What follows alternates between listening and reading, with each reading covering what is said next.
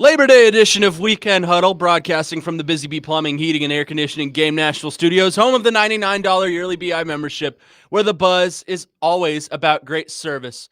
Happy Labor Day to you. Happy long weekend. Happy Victory Monday to those who celebrate. Connor Newt, Nick Frazier, Parker Kelly here with you this morning. We are on the air from 9 a.m., which is right now, to 11:30, taking you right up to some MLB baseball. But as I mentioned, happy Victory Monday to everyone in this room. It's wonderful. We all get to celebrate. Look at that. We all do get to celebrate. Every team in the SEC gets to celebrate except for two, which we will talk about in depth here shortly. Kentucky gets the win over Toledo. They looked really, really bad, but a win is a win. Mississippi State looked all right. They looked okay. I'm all right. Blake Shapen. Fingers up for that. Thumbs up. I'm optimistically concerned about this team. But as I said, they're going bowling this year. Optimistically concerned. That's two words I've never heard mentioned together. Right. Yeah. Optimistically concerned. That's something different, but I appreciate the ingenuity. Wrap your young heads around it, okay? Yeah, you are. Maybe you should trademark that. You should trademark that. Start selling T-shirts. Sure. Optimistically concerned. Can we start calling you Unk now? Sure. You're technically the elder. I'm fine with that. Call me Unk. Unk Crane. I don't know. Wow, look at what Parker's done to the stream. That's interesting. Yes, Victory Monday. Of course, Kentucky, Mississippi State getting the win. The Vols look great offensively. And to even further sweeten the deal, if you stayed up and watched Pac-12 Big 10 versus Big 12 after dark with two former Pac-12 teams, you saw how bad Nico Iamaleava looked. I mean, very, very bad.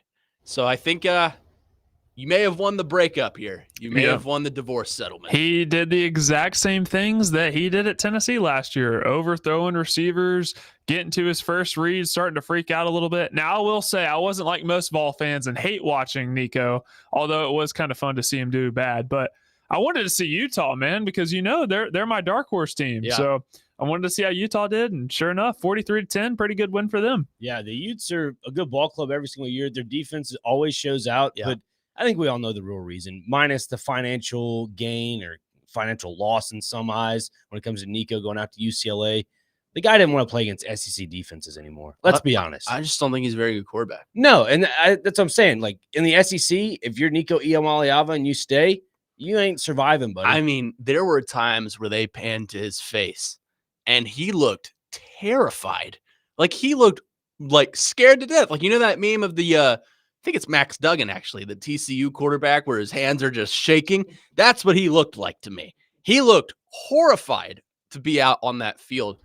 And, it's not like he had a crowd advantage. Did you see the attendance numbers at the Rose Bowl this week? Looked very low. Very, very bad. Speaking of attendance numbers, minor rant here, and I think it's a negative rant, but I think everyone can agree with me.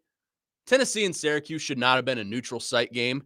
That is one of the biggest they played in Mercedes-Benz Stadium, of course, in Atlanta. One of the biggest capacity stadiums in the NFL. Seats over 100,000. Do you know the attendance number for that game? I know they hold a total of 80,000. Okay. Right? It was 70, right? 70,000 fans in Atlanta? Still. No, I'm talking about attendance on Saturday. 70,000 people in attendance. Or was it lower? Over the weekend, maybe. For the Tennessee game, 45,000 people. Wow. Bad. It's a little low. Now, if you play that game in Neyland, you're getting 102,000 people. I would sign up for a home and home.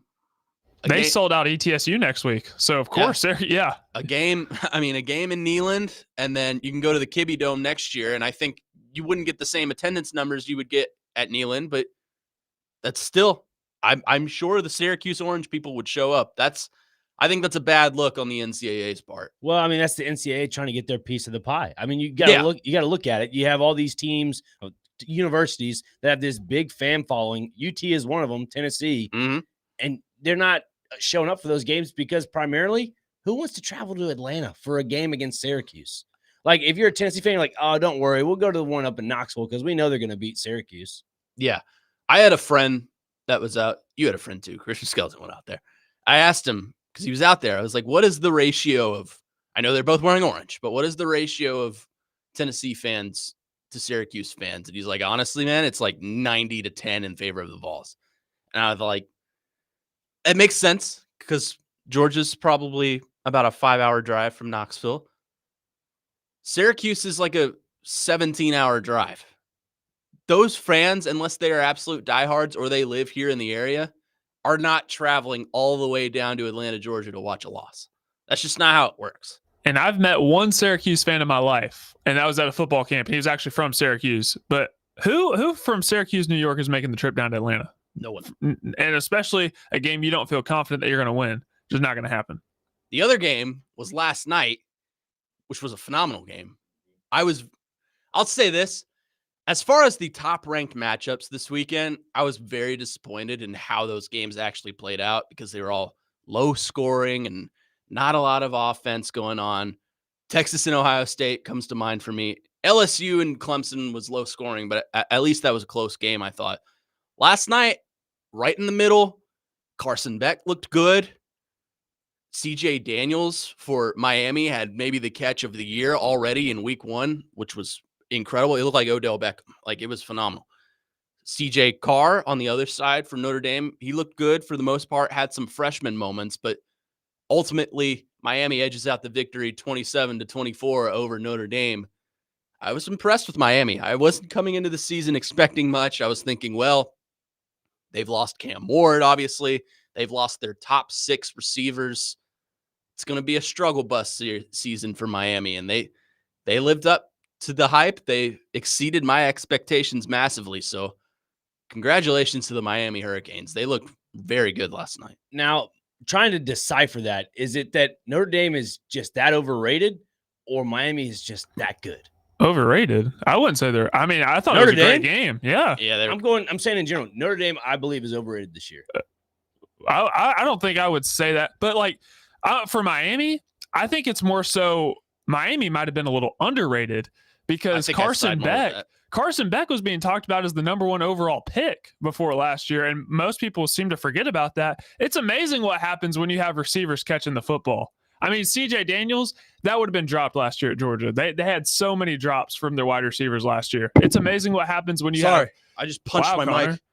It's Labor Day. I didn't know talking about Carson Beck got you at this upset. It got me fired up. But it's amazing what happens when you can run the football and have receivers that catch. That did not happen last year at Georgia. What frustrated me watching Notre Dame, you have an All-American running back in Jeremiah Love.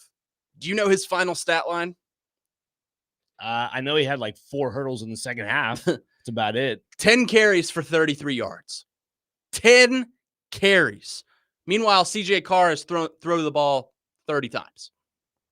That's not the way that offense should work. And the other thing about that offense is CJ Carr is not Riley Green, and the fact that Riley Green, not the country. No one's Riley Green. No one's Riley Green. Riley Leonard, thank you. CJ Carr is not Riley Leonard in that he is a scrambler. He's a pocket passer. So why are we trying to use the Riley Leonard playbook on CJ Carr? It makes no sense to me. It's just the way Notre Dame, that's just their identity. I mean, I think they're having a hard transition. You know, when you go from Riley Leonard to CJ Carr, who's just making his first start last night. Yeah. The familiarity is last year's playbook. I mean, you can't change much for that guy. I mean, it was very frustrating at times. I was like, hand the ball off to Jeremiah Love. He is good. And when the one time they did, what happened? Yep. Holding. Came back. Yep. That touchdown. Well, their backup is good too. Price, he had 1 run for 33 yards. And I was like, well, you see what happens when you hand the ball off? They weren't ready for it. And then they didn't go back to it. They just kept passing. Jaden Greathouse didn't have a single catch last night. He's their best receiver. So very frustrating to watch the offense of Notre Dame last night. Maybe it's a Catholic thing this weekend. The 2 Nashville Catholic teams get shut out, and then the team all the Catholics cheer for just does not look good offensively for the most part. I have one more comment about Notre Dame. They take on Texas A&M. If they lose to Texas A&M, is it safe to say that Notre Dame is overrated? Yes. Okay. We'll see. We'll see. I think that'll be a good game. Texas A&M. Yes or no, though, Parker? Yes if or they're no? If they lose to A&M week 2, is that an overrated Notre Dame team? If they're if they're at 6, I mean they're at 6 right now and they lost yesterday. If they start the season 1-2, then yes, Notre Dame was a little overrated. Well, where are they playing that game? It's at home. At home. It is in South Bend. And A&M was in a dogfight with UTSA this past weekend. So we'll have to see what happens. But my question is, was Jeremiah Love still hurt? Because he was hurt during the playoff run they had last year. But why didn't you hand the ball off? 10 carries for 33 yards? To an All-American running back, by the way. Right. And then Jaden Greathouse not getting a single reception, but yet they were still in it at the very end, which is mind-boggling. That's why I don't think this Notre Dame team is overrated. They lost a lot of players from last year, but they still, again, it's like the Ohio State problem. They still backfill with recruiting very well. So they were in it till the very end. Just, I don't know. Well, we got one more game in week 1 of college football, and that game is tonight in Chapel Hill. Chapel Bill makes his debut for the Tar Heels as North Carolina takes on TCU. Frazier, I want to give you an opportunity to walk back your take from Saturday. North Carolina's going 11-1. No, I mean, I just said it's a possibility. I didn't say it was going to happen. I just said it's a possibility. They only have one ranked game on their schedule, which is Clemson. Clemson lost to LSU this past weekend. We'll see how that affects, North Carolina going forward. It could impact Notre Dame. It could. I mean, I doubt it. But, I mean, looking at their schedule, like I said, they only have one ranked game. If they can take care of business, they could be 4-0 going into Clemson.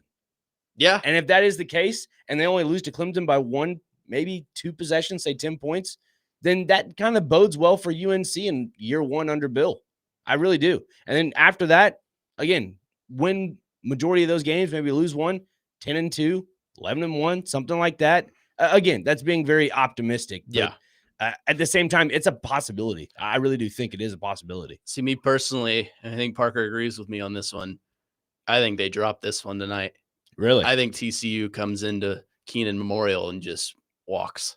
Interesting. Yeah. People are going to learn the name Josh Hoover tonight. The quarterback for TCU. Did you train him? No. Oh, okay. I wish I did. I'd be much more well known if I did. Yeah. I have a family friend with that name. So really? Maybe that's him. Maybe he's out there. Hoover. Okay. Maybe he's out there playing for Chapel Hill, Chapel Bill, and the Gold Diggers. Yes. Did you see that, by the way? They're like tried to trademark it. Yeah. Well, they're trademarking it to create their own jewelry. Good for her. Good for her, not for him. Yeah. I mean, she's just living off the coattails, which is fine. I mean, sort of fine, I guess, in their situation. So my question is, if they get married and in their prenup, if Bill dies, does she take over the head coaching role for North Carolina? No, because that's in the contract his son Steve takes over. That's right. Yeah. That's right. Does she have to marry him now?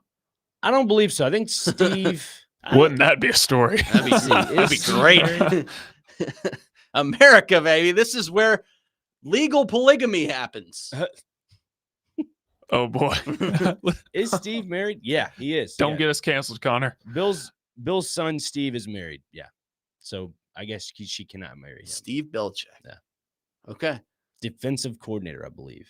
You know, he was a part of that Washington team that went to the Natty and lost. Speaking of Washington, you know who the head coach was for that team, right? Kalen DeBoer. We got some comments on Kalen DeBoer I want to get into. Might as well take my victory laps. I think it's time to have a conversation about Kalen DeBoer and the Alabama Crimson Tide. 615-737-1025 is our phone number. Our text and phone lines driven by WilsonCountyHyundai.com. Shoot us a text, give us a call. We will get to your comments next, as well as our conversation about Kalen DeBoer and another figure in college football who had a disappointing day. That's up next here on the Weekend Huddle. Connor Newt, Parker Kelly, and Nick Frazier here on 102.5 The Game.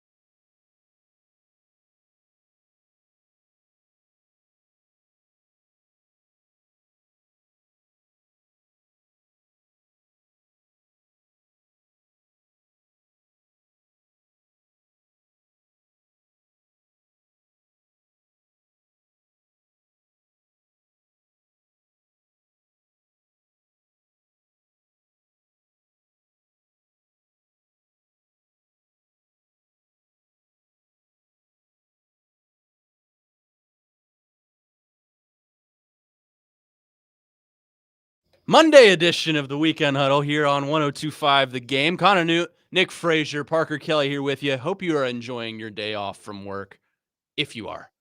If you're not, hope you're tuned in and listening to us, because guess what? We're working too. We're getting paid. All day, every day. All day, every day. So, the story of the weekend, Alabama, the number 8 ranked team in the nation, goes on the road to Tallahassee and gets mollywopped by Florida State. I mean, the heat is on for Kalen DeBoer right now in just his first game of his second year. I had an interesting stat for you, and let me see if I can find it. Yes, here we go. In his first 230 ranked game, I mean, take this with a grain of salt. Nick Saban versus unranked teams, 226-4. Kalen DeBoer at Alabama, 10-4. Same amount of losses in quite the opposite amount of time. So, I say this to say, what is the conversation we need to have around Kalen DeBoer? Is it time to say, yeah, he's not the guy? Is it time to give him, we'll give him this year, and then if it doesn't pan out, we'll axe him? What's the awkward conversation we need to have surrounding Kalen DeBoer? Well, I think we have to give him at least this year, because think about it. In this era of collegiate athletics with NIL, with transfer portal, no one's ever going to do what Nick Saban did, right? No one's going to replicate that. Yeah. And it's very unrealistic. I'd say, Alabama fans are spoiled because the newer ones, that's all they know. All they know is national championships. All they know is winning. Sometimes when you're the guy taking over for the guy, it takes a little bit. And I know that's not what Alabama fans want to hear. I understand the disappointment, losing. Nobody wants to lose. You got to give the guy some time. I think that's pretty fair to say. No one's going to replicate what Nick Saban did. No. This is DEFCON 5. Saying it again. Last year I said it. Bama to go 7-5. Didn't quite happen. This year, that could happen again. 7-5, 8-4. Like that prediction, that is, that I made. And I think they move on from DeBoer after this season. I mean, obviously, it's just one game. You call it overreaction. But think about it. They're going to win their next 2 games against UL Monroe and Wisconsin. After that, they got Georgia. Yeah. We all know Georgia's on a different level. They're on a different playing field, and they're probably going to give the business. So after that, you're thinking, man, Bama can't beat anybody that's a top-tier program. So then that's where you go to say, yeah, maybe DeBoer, this ain't your job anymore, bud. Like that's where you got to start having the real conversation. I'm kind of split in the middle between your two takes, because I think Parker's being optimistic on this one, and I think you're being I don't want to say pessimistic, because you don't. I'll put it this way. I'm being a realist. I think you are. Alabama fans know that this is not their guy of the future. This is their stopgap coach, and they have a quarterback that I don't think anybody was really on board with. Nonetheless, and he looked bad. Nonetheless, yeah, he had 3 sacks, 7 tackle for losses, so 10 total losses. Yet another quarterback who thinks he's a runner, and he's not. Yeah. They beat Georgia last year, though. Yeah, but dog, with a completely different team. Okay, well, can be the same. I'm gonna be honest with you. For any team. I'm gonna be honest with you. Ryan Williams ain't it. He should have transferred out.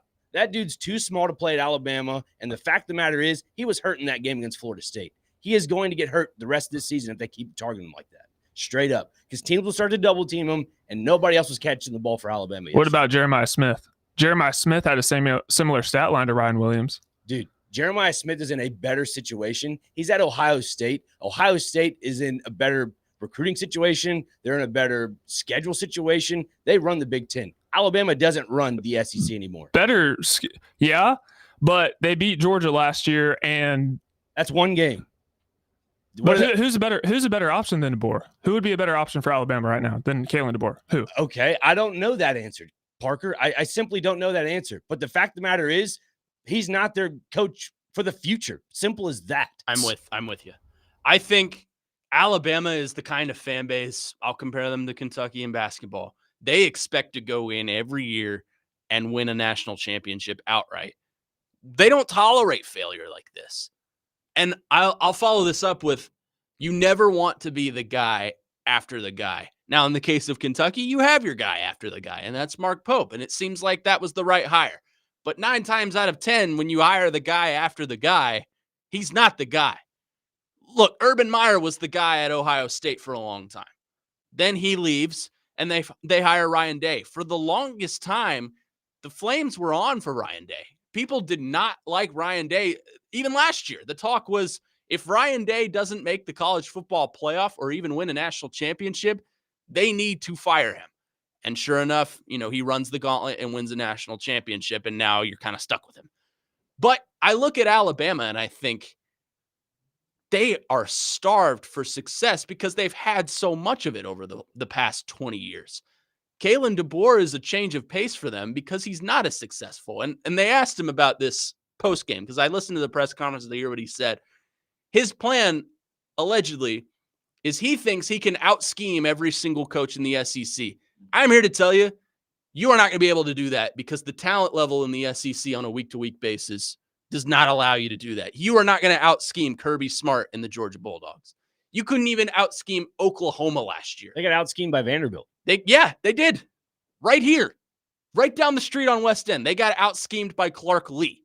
So this isn't the Pac-12 anymore. You're not competing against Oregon every week, who is the best team in that conference, and then the rest of your conference is Oregon State and Washington State and Stanford, teams that are below average. This isn't that anymore, pal. What was the conversation we had with Billy Napier like 2 years ago? Everyone was ready to fire him last year, and now look at Florida this year. They played Long Island, and they won standards 48-0. Yeah. Nick Saban's not walking through that door again. Nobody's going to be able to replicate that. Alabama fans, that's a reality that they're going to have to get used to.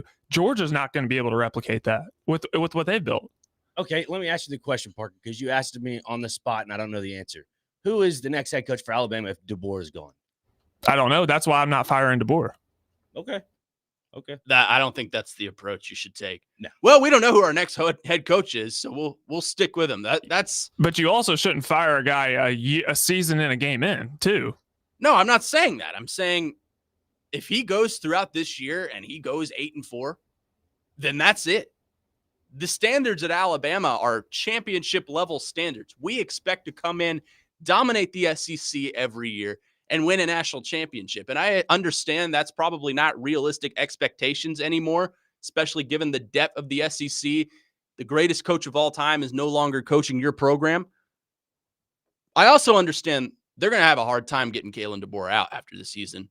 You know what his buyout is? Like what, $70 million? $70 million. That's another reason. I don't think that would be smart, especially in this era of NIL. You can't pay $70 million to a coach that's not there anymore. How are you going to pay your roster if you're paying your coach to sit on the couch?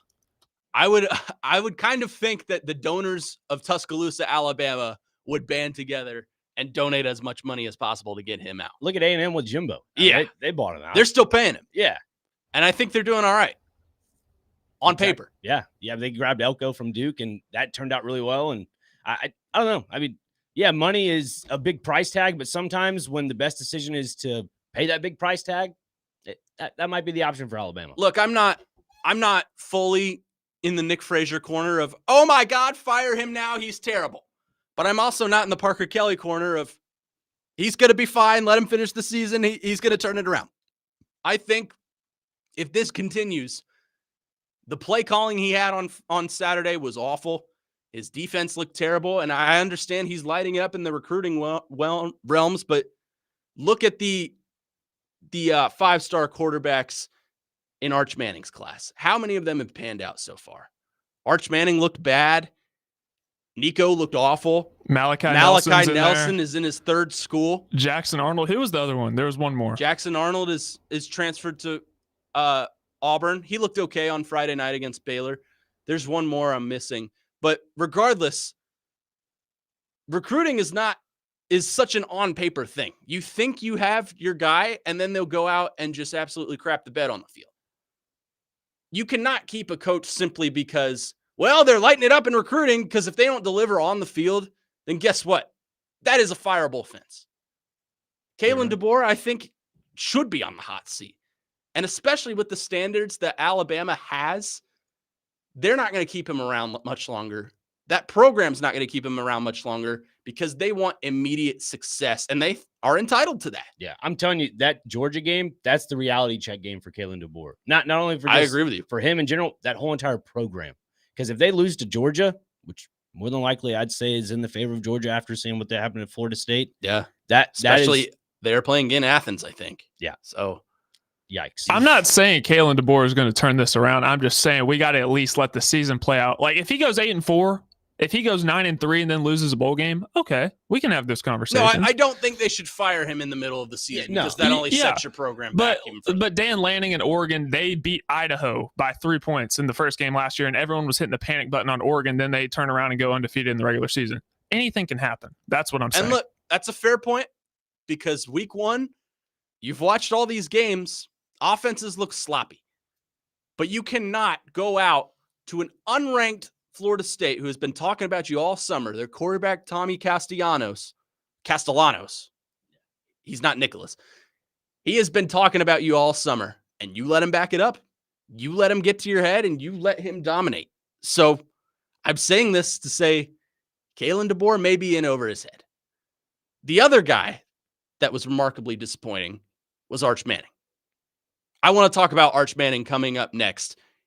What is the best case scenario for him? Is his game against Ohio State indicative of the season he's going to have? 615-737-1025 is our phone number. You can give us a text or give us a call. Our phone line's driven by WilsonCountyHyundai.com. We'll talk about Arch Manning coming up next here on Monday edition of Weekend Huddle. Connor Newt, Nick Frazier, Parker Kelly here with you on 1025 The Game.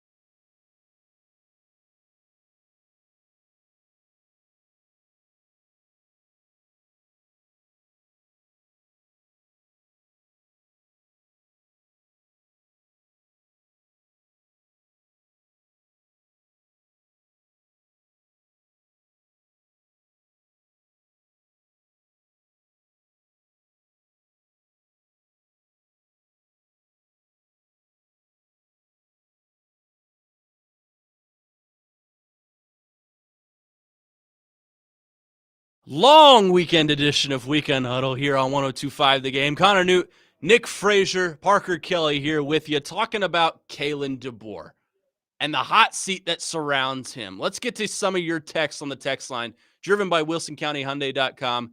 Nick Frazier, what do we have? Yeah, first on the list we have 7949. Says John Gruden may take over that Bama job. He's a big name that would be great in the NIL era, and in all caps, wants to get back into coaching.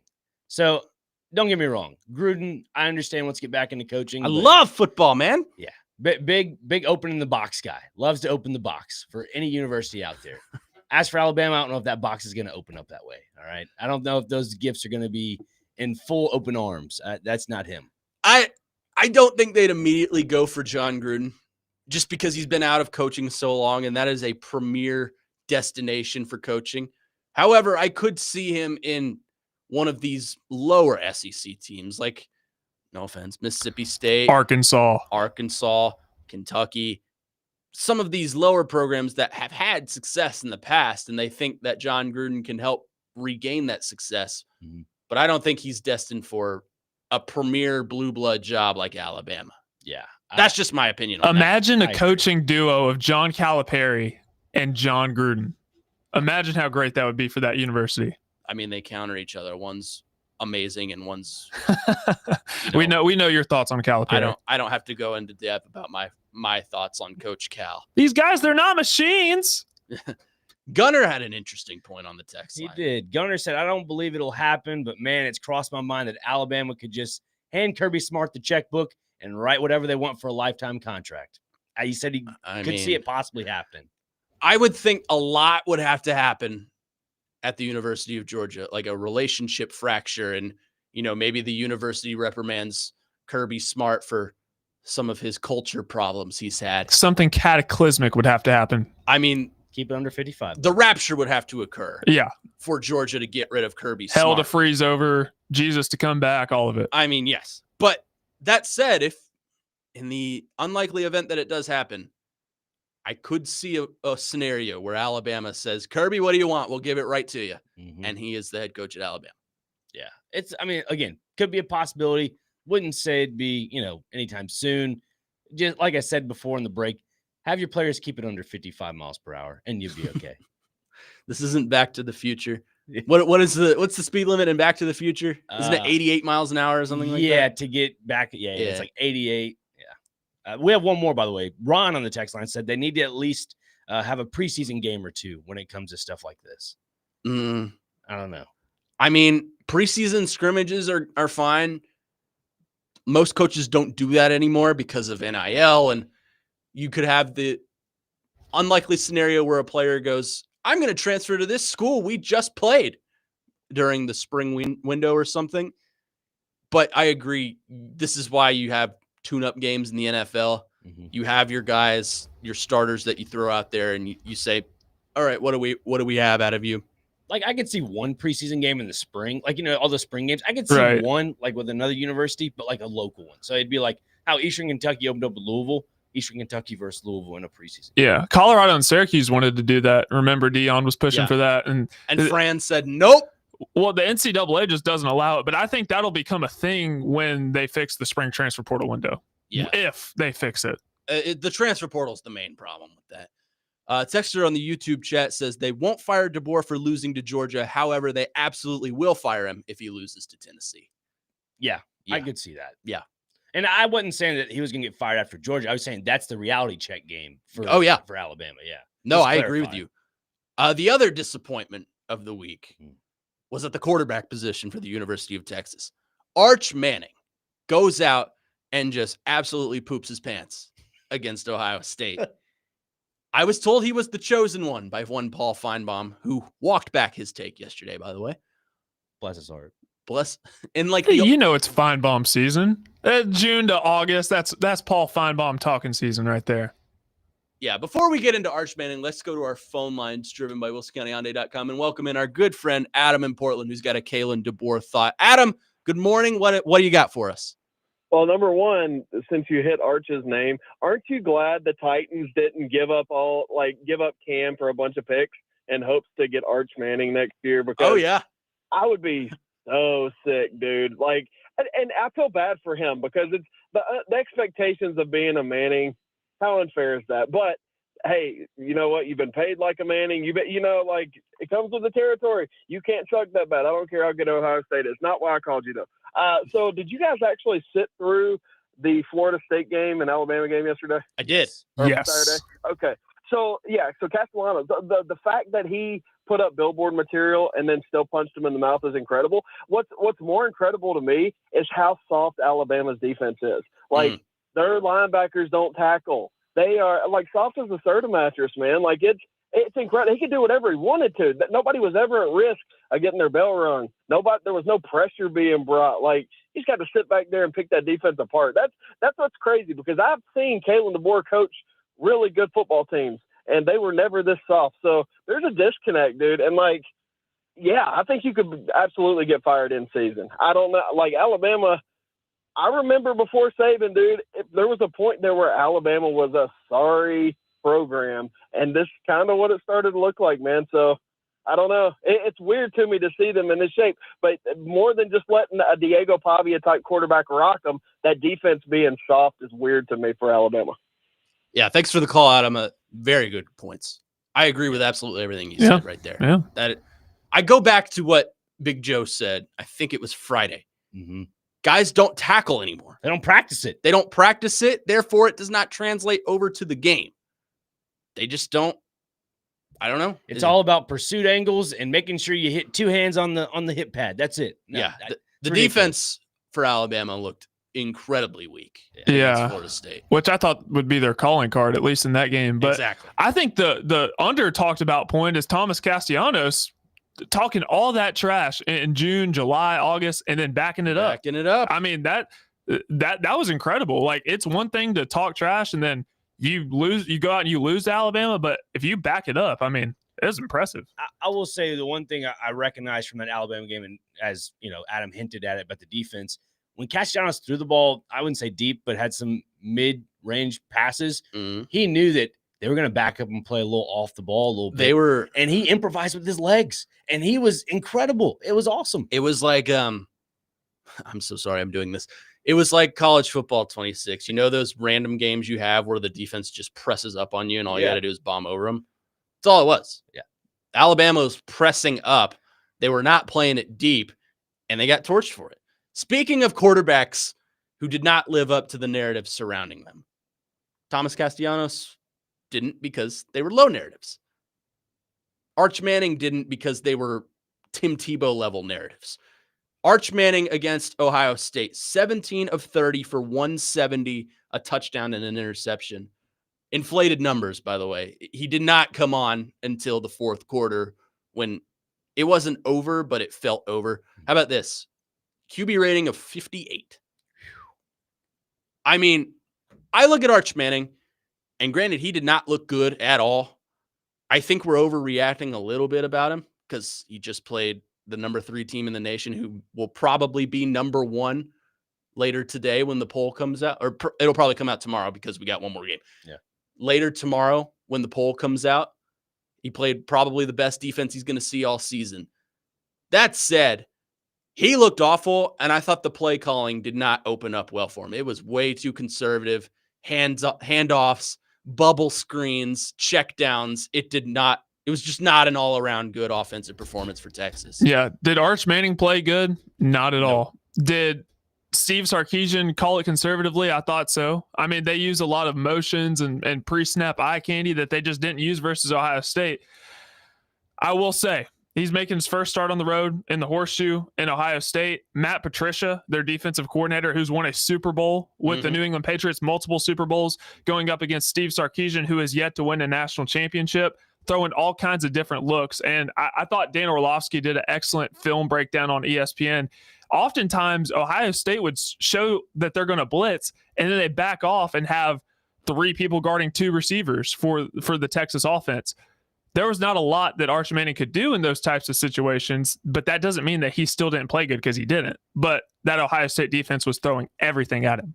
The only thing I could think about the entire game was what his grandfather said. And it was, I think, at SEC Media Days or right before it. Yeah. They were like, oh, I think somebody was saying, oh, he's going to go to the draft or whatever. His grandfather goes, no, he'll be back to Texas for another year. He better come back. And to me, that just goes to show you that everybody was just running the media saying Arch is the next best thing.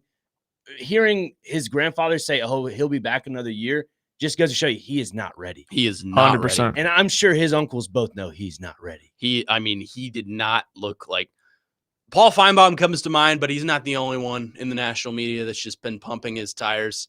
He did not look like the promised chosen one that we've been told he is. And that's the thing that drives me crazy, because Arch Manning isn't putting these expectations on himself. No, the media is. I think he got an unfair deal in that aspect, that we put too high of a standard on a guy who's never started a college football game. So when he goes out and performs like this, everyone's calling him a bust, but he didn't put these expectations on himself. He has the last name Manning, yes, but if his last name was Jackson, would we be talking about him like this? No.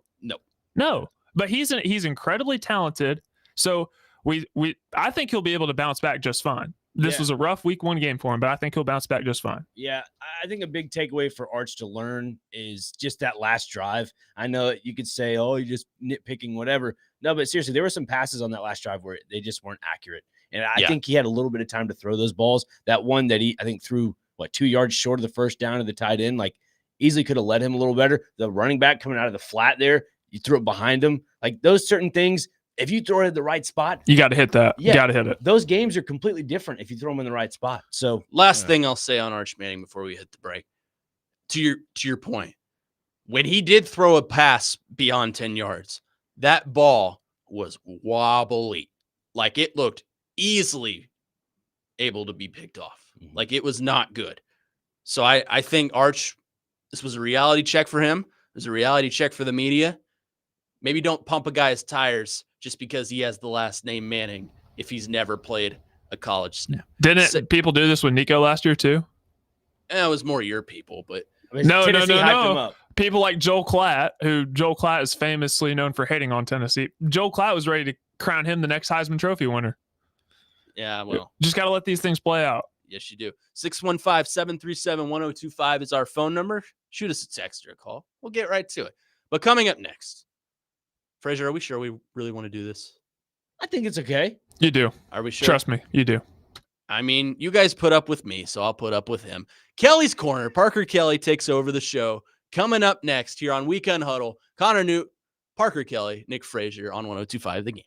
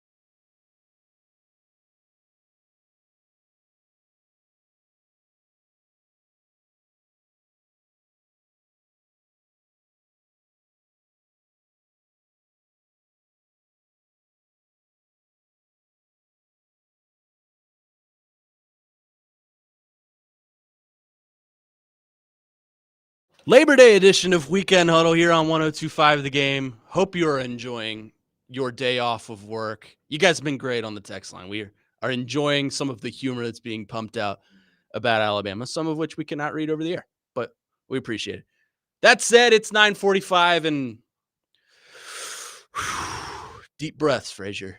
I'm reluctant to do this.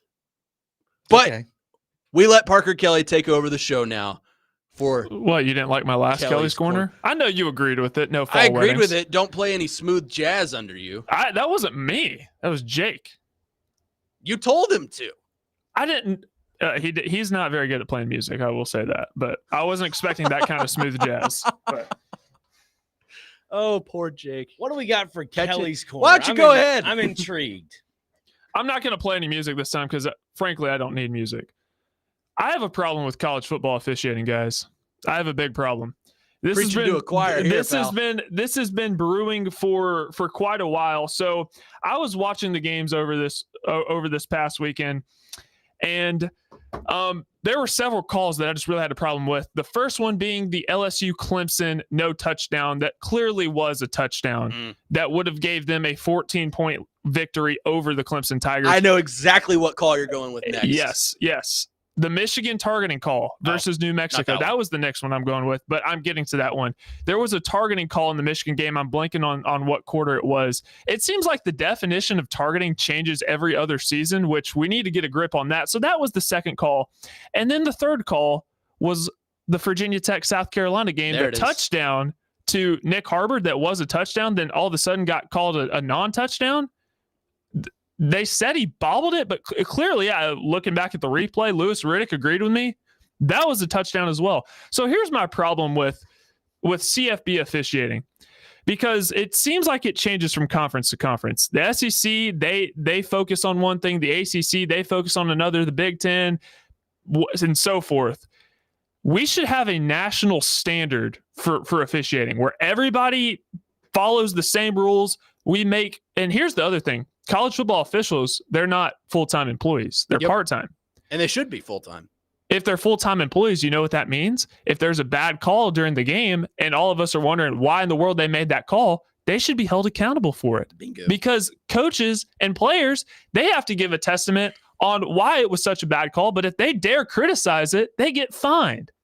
Meanwhile, the ones that are actually making the calls don't have to be held accountable for it. And that's what I want to start seeing. And I will say, yes, a lot of this is on the officiating crew, but they're getting told from these league offices, whether that be the ACCs in Charlotte or the SECs in Birmingham, they're truly the ones making the calls. They're just using the officials as the mouthpiece. We need a national standard. We need to make these guys full-time employees. And most importantly, we want to hear from them after the games. Agree or disagree? Yeah, I mean, I think that's transparent across all sports, right? Like basketball, I hope it shows improvement because the reviews we've had over basketball where it's just, let's see if this is out of bounds, and it's a 5-minute review, that should be held to the national standard we should have. But as far as football, I agree with you. I think there were some very questionable calls, and look, I'm all fine with human error.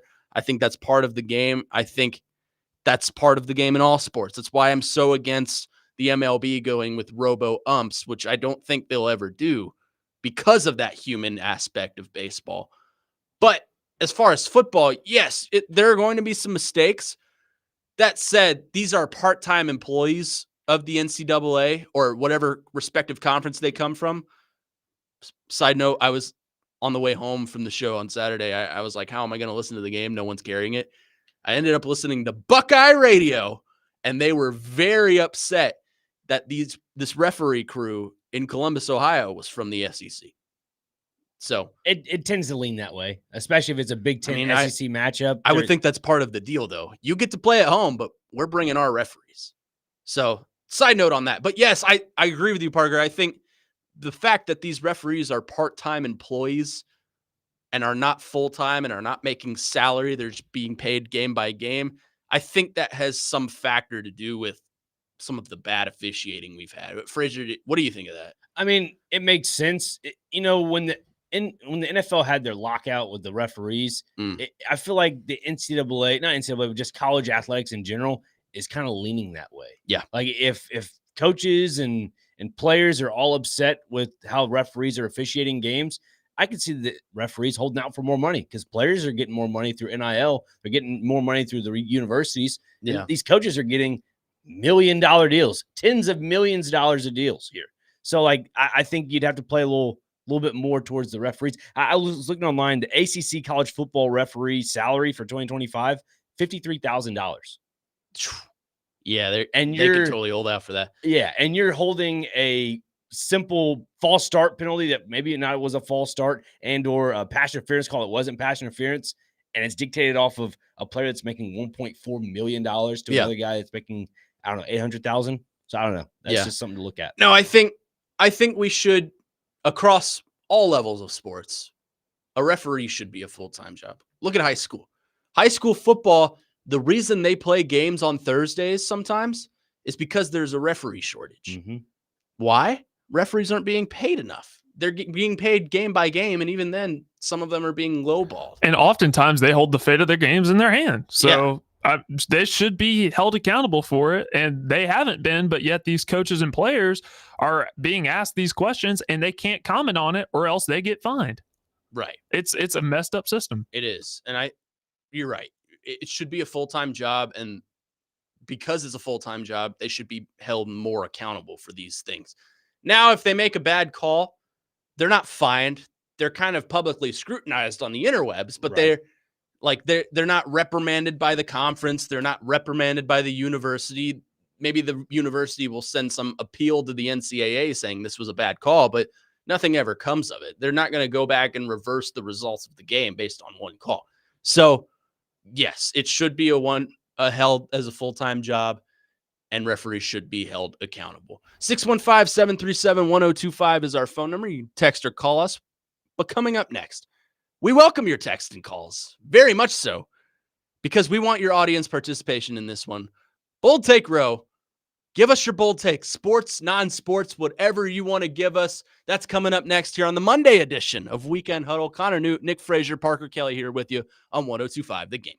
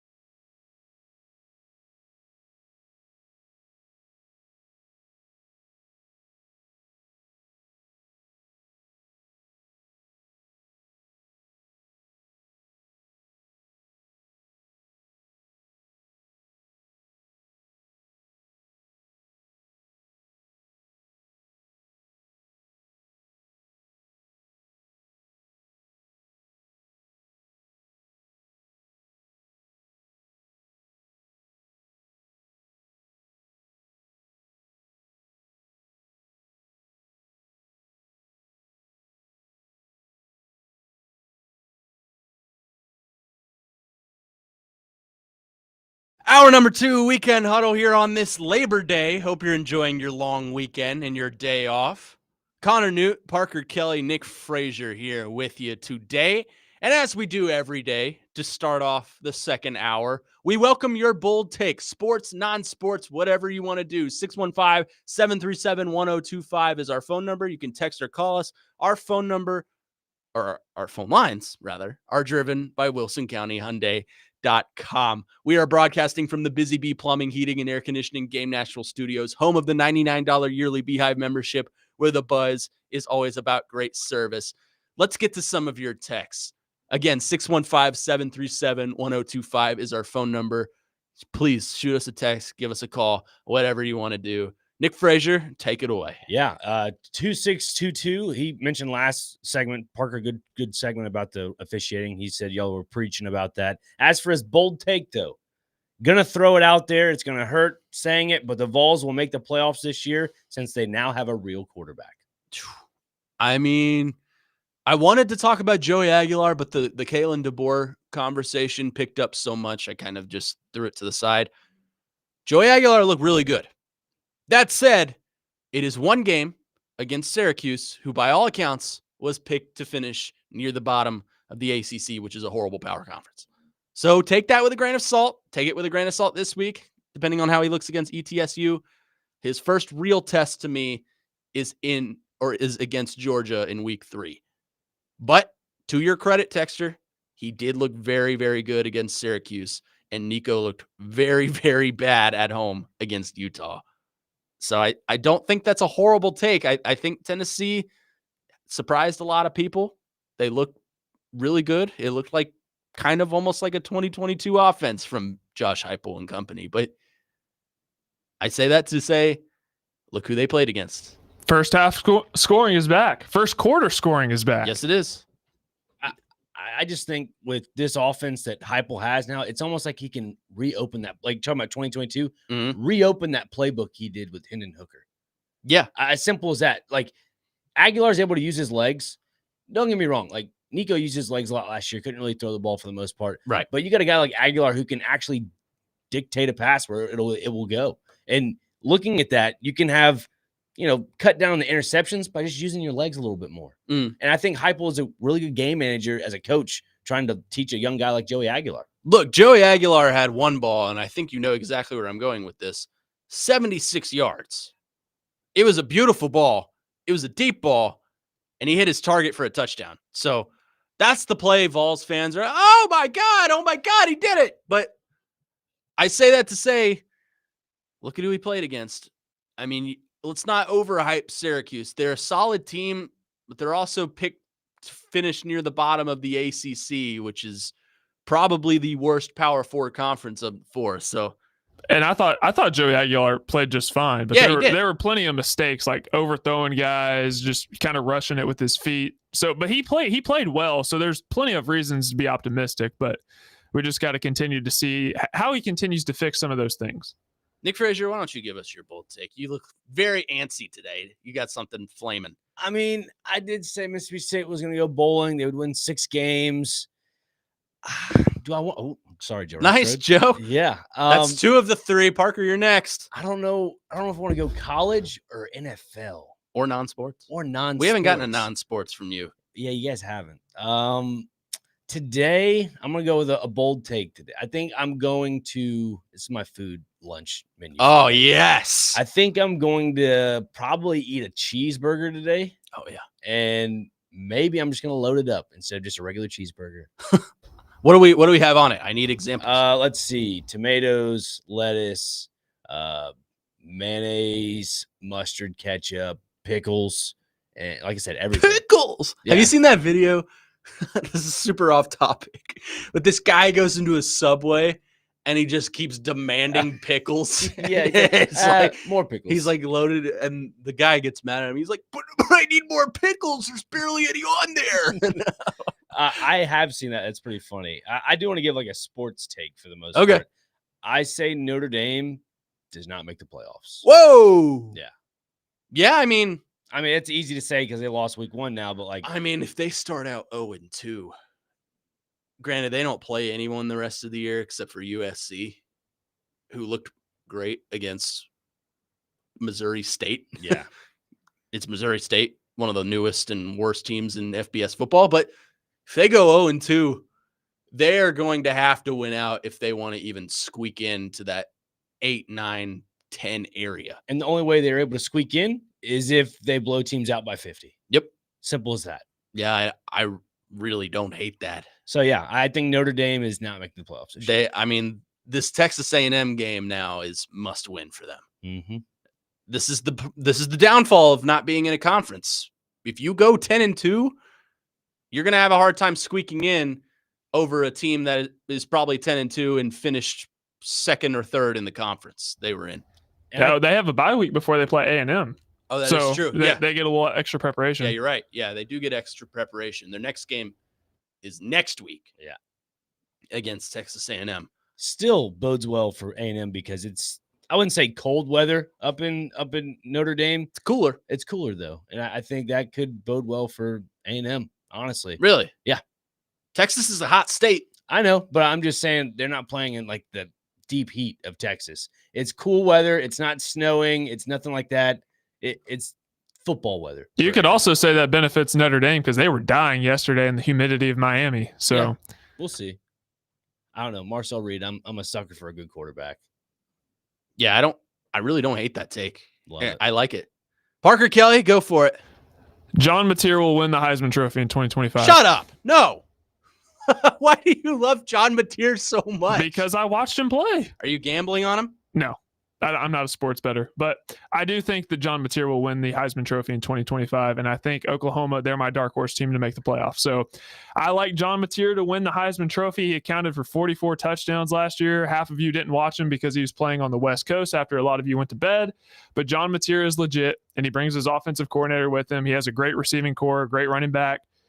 John Mateer is going to win the Heisman Trophy. Did you coach him? No, Fraser, I didn't coach him. I mean, you're a quarterback guru, man. If I am, but if I coached Mateer, I wouldn't be here right now. I don't know. See where Gruden's at. You never know. I'm just asking. Yeah. I don't know. I don't really like that one. I know you don't. You don't like all my Oklahoma love this year. That's okay. Well, you're going to really hate this one. Uh-oh. I'm back with another uniform take, and I'll save my grandpa take that I had yesterday for later because a lot of you didn't or did like it, including one person who did like it. And I'm scared I'm turning into him.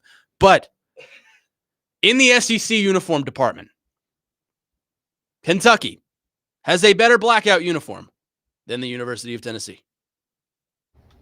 Let's buy him out of the show. I'm all in favor for it. How much is your buyout, Connor Newt? More than you could ever afford. Yeah, probably. I don't hate it. Really? Of course you don't. I don't hate it. Of course you don't hate it. You're a Vol hater, man. I'm not a Vol hater. I mean, love Josh Heupel. It's something different, man. Like it's black, and they wear the matte black helmets with the secondary Wildcat logo. It's something different, man.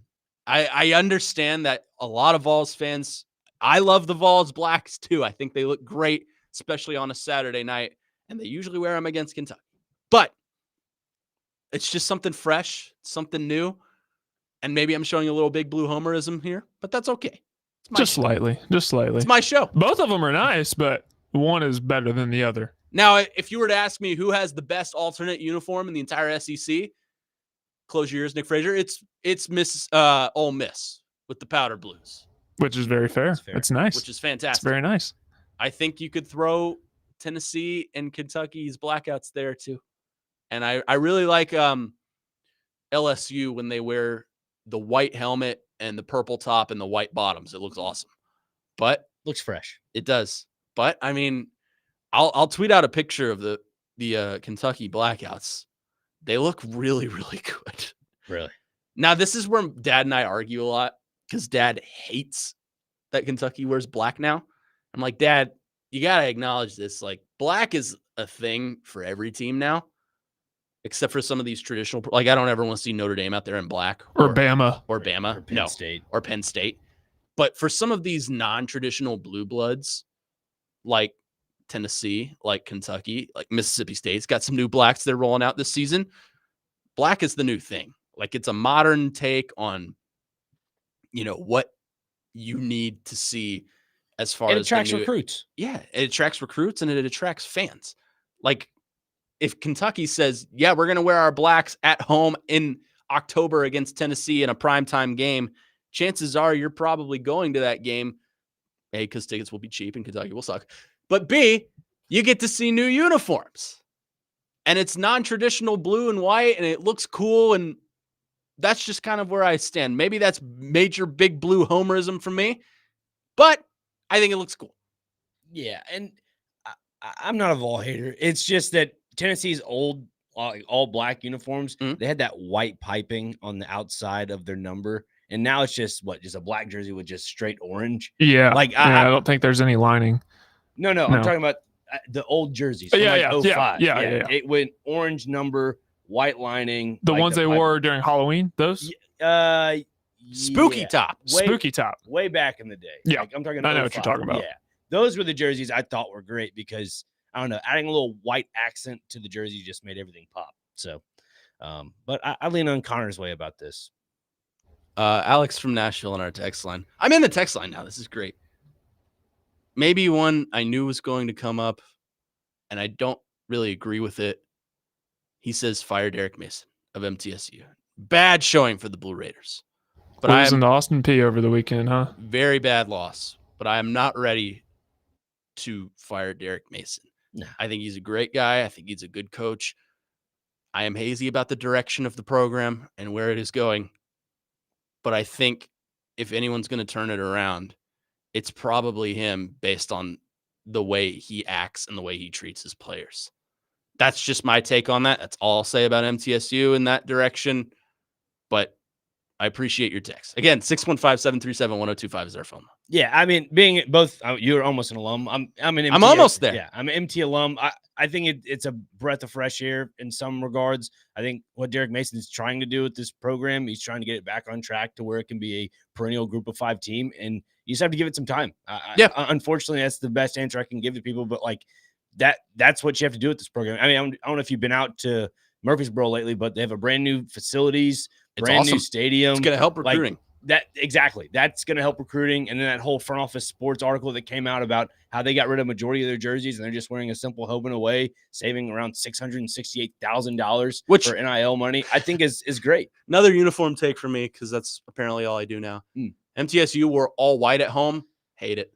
Yeah. Hate it. I know the Titans have done that stuff before. I don't know if I'm a fan See, of it's different for the NFL. Save that for later, Connor, because I know you're going to talk about that. Yep. It's different for the NFL. Hold on, Fraser. You can't say, let's give Derek Mason time, but Kalen DeBoer, let's run him out of town. Different standards, It's a different standard. Much different Well, standards. he has been there for a year. How long has Derek Mason been there? Dude, hang on. No, hold up.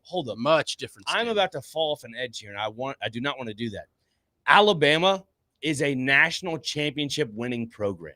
Yes. MTSU is a group of 5 team that is trying to find their way again. And I think under Derek Mason, they're going to get there. How long has Derek Mason been there? Only, a year? 2?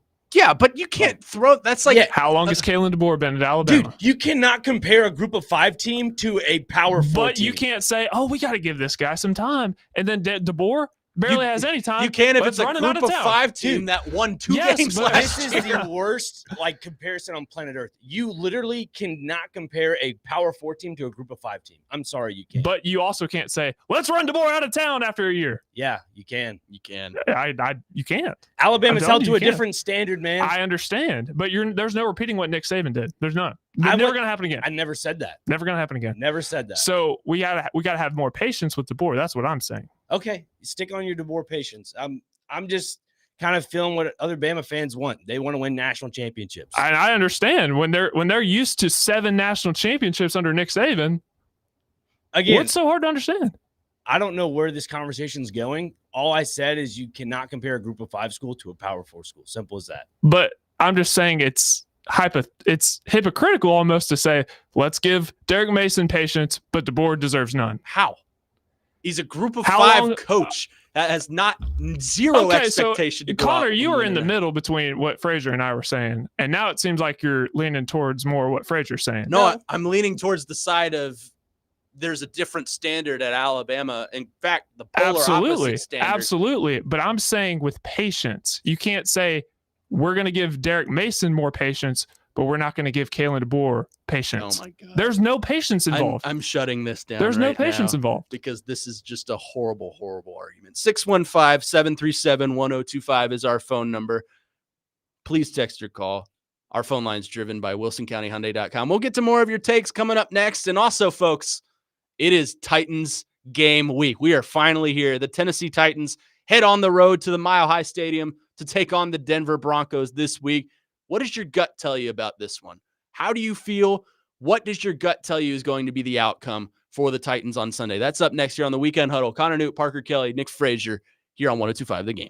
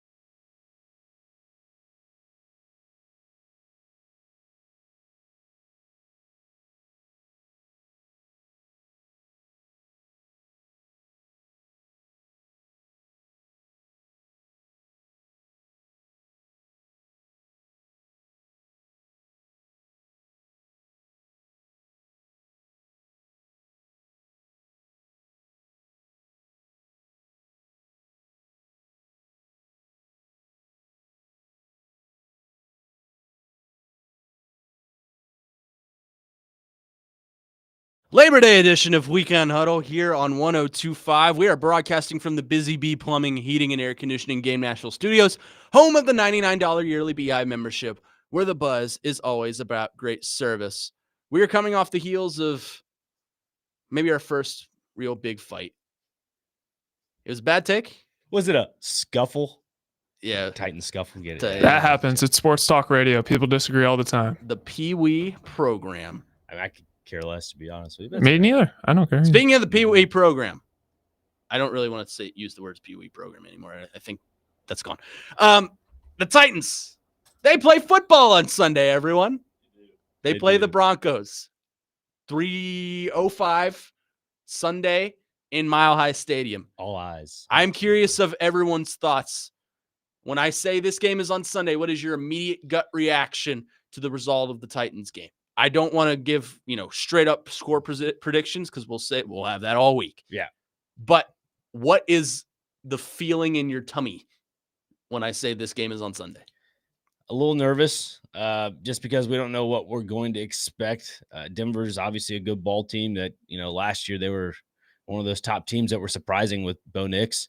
I hope we could say the same thing for the Titans and Cam Ward. I mean, if Cam Ward can kind of, upset the apple cart when it comes to going up against Denver, that'd be great. But let's just remember, this is a Titans team that's still trying to find its way. And the fact of the matter is that the window they're trying to build for is for the new stadium. So as long as you can see some small building blocks with Cam Ward, if you can get some good connections with Calvin Ridley, that'd be great. Obviously, there's been the whole narrative of L'Jarius Sneed, if he'll be ready week 1, and the fact that he will be ready week 1. And I don't know. I want to see a little bit from him. I know they're going to probably ease him into certain situations in the game, but they're just small things like that you just want to see the team can progress on.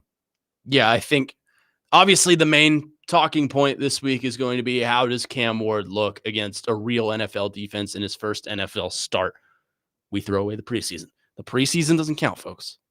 I'll tell you that right now. The preseason does not indicate the kind of player Cam Ward was going to be. He looked good, but now he gets a real competition in Denver against a top probably 5 defense in the NFL. Go ahead. Yeah, no, go ahead. The talking point is going to be Cam Ward and how he looks.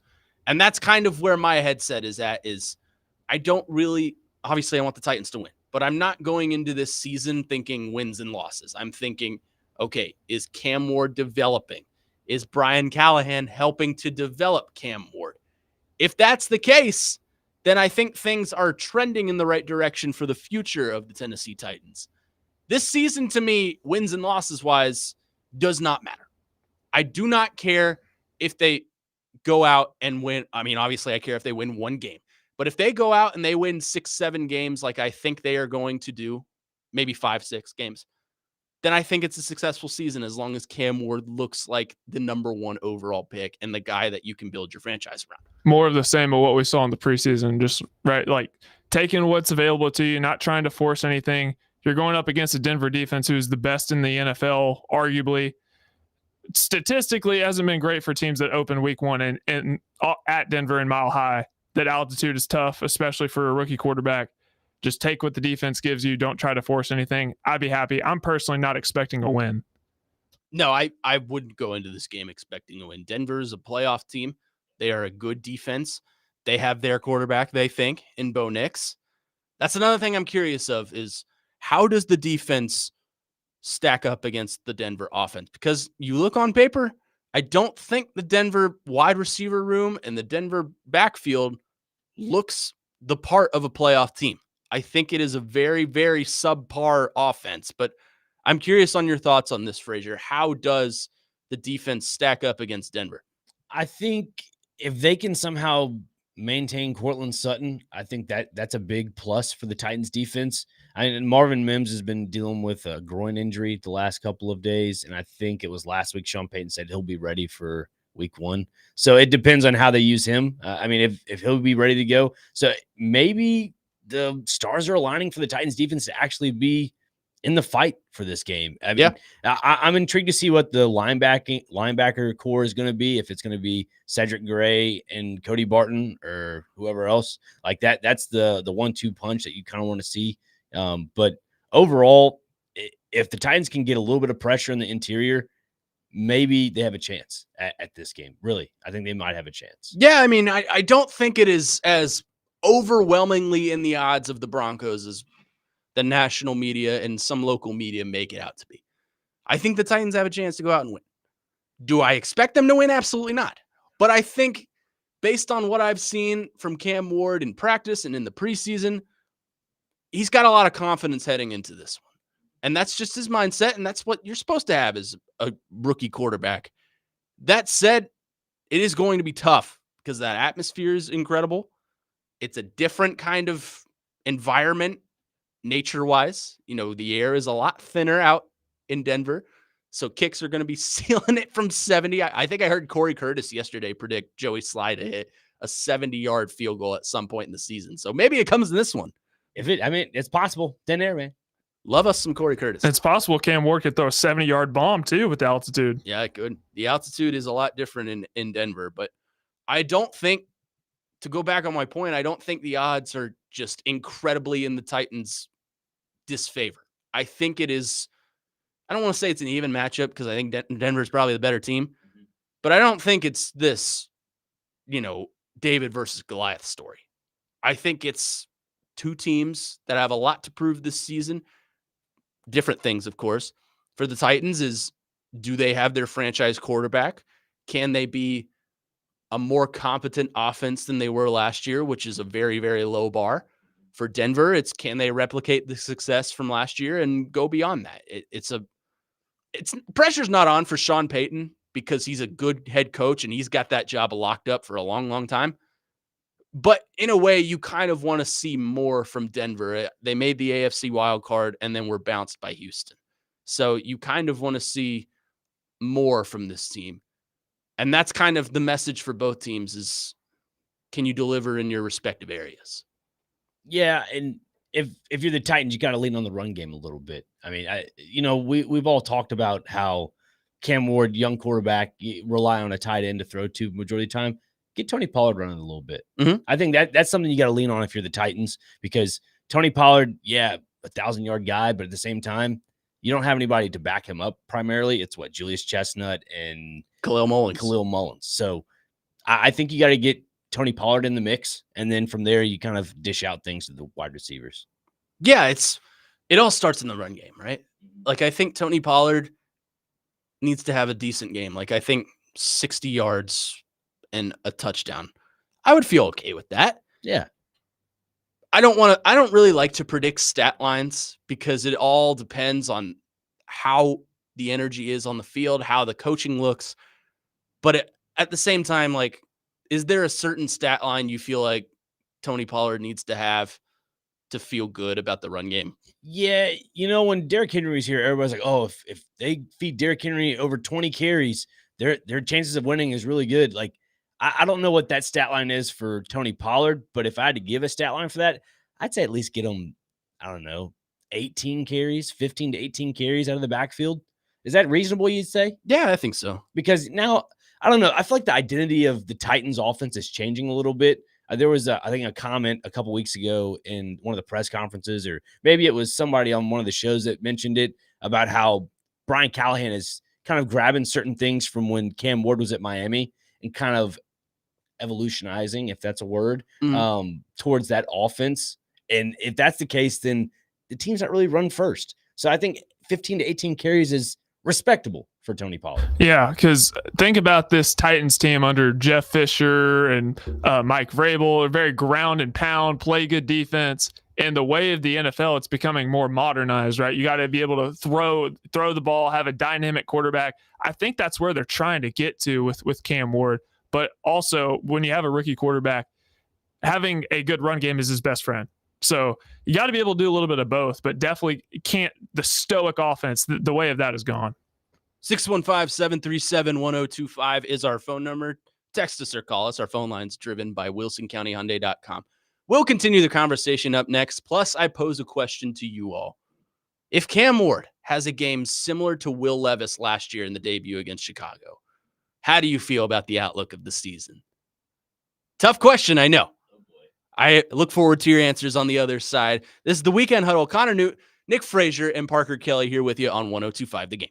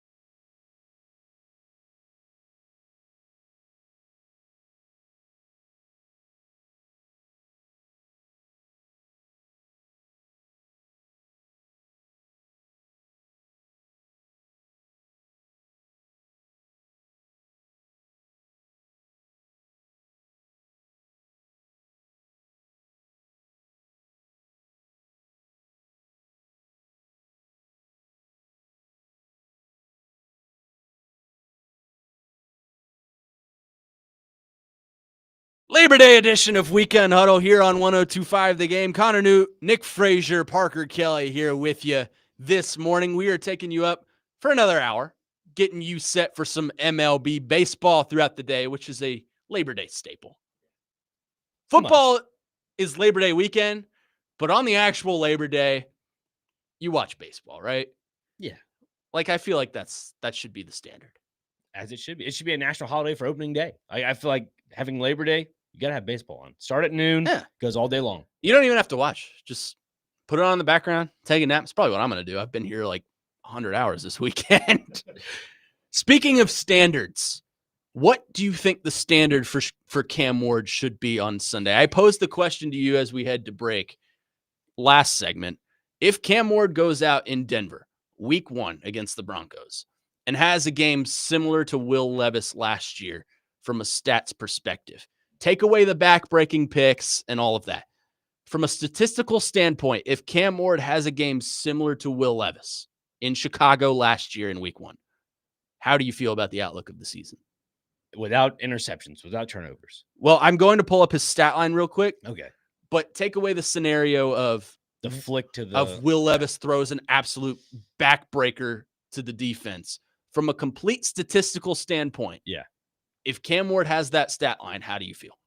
I think I'd be optimistic because you got to remember this is a Titans team that, like I said in the last break, is looking for the future. And if Cam Ward is struggling a little bit, you got to stick with your young guy because once and D-May said this last year or 2 years ago when the Titans played on Monday Night Football or going to play on Monday Night Football, and it was Will Levis and Mason Rudolph. And he said, once you go to that quarterback 2, your backup quarterback, the chemistry's off. Yep. You're losing the locker room in a roundabout way. And sure enough, that's what happened. Mason Rudolph came to the game. They were all over the place. And, I mean, he performed well. But a stat line, though, I'd be okay with it. As a reminder, Will Levis last year against Chicago in week 1, 19 of 32, 127, a touchdown, and 2 picks. And you said in the question, without the picks, right? I mean, we can keep the picks, but take away the scenario those picks were in. Like the just absolute I got you. back-breaking flick to the right, tries to roll the ball down the field to Tajay Spears. Take that scenario away. How do you feel? I would be still optimistic, but yet a tad bit concerned, not for Cam Ward, but more for the play calling. I'm obviously, I don't know what the play calling would be on that stat line, but I would kind of lean that direction because something obviously didn't go right. Or if it's his read progressions, Parker, with, I don't know, just that aspect. I think that might be something because, Cody Barton's picked up on a lot of his progressions in practice when it comes to intercepting the ball. So I don't know, that might be something to look at.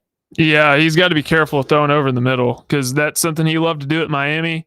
And NFL backers are faster, stronger, smarter. Cody Barton isn't an elite linebacker, but he was able to pick up on that. So that's something that Cam Ward is going to have to be aware of. But if you think about Will Levis single-handedly lost this team 3 games last year. Yep. If you don't get those same mind-numbing, dumbfounding turnovers from Cam Ward this year, I think that automatically improves this team by at least 2 wins. So I don't want to see him. I think he's going to have turnovers at some point. That's bound to happen when you're a gunslinger. Just don't make the 9 mind-numbing ones over and over like Levis did. Weston Hermitage on our text line driven by WilsonCountyHyundai.com says, if Cam Ward has a similar first game as Levis, I'll have to immediately hit the Tim Tebow knee and talk to my Lord and Savior silently. I'll have no idea what to expect, and we'll have to wait another week. If that does happen, his second outing will undoubtedly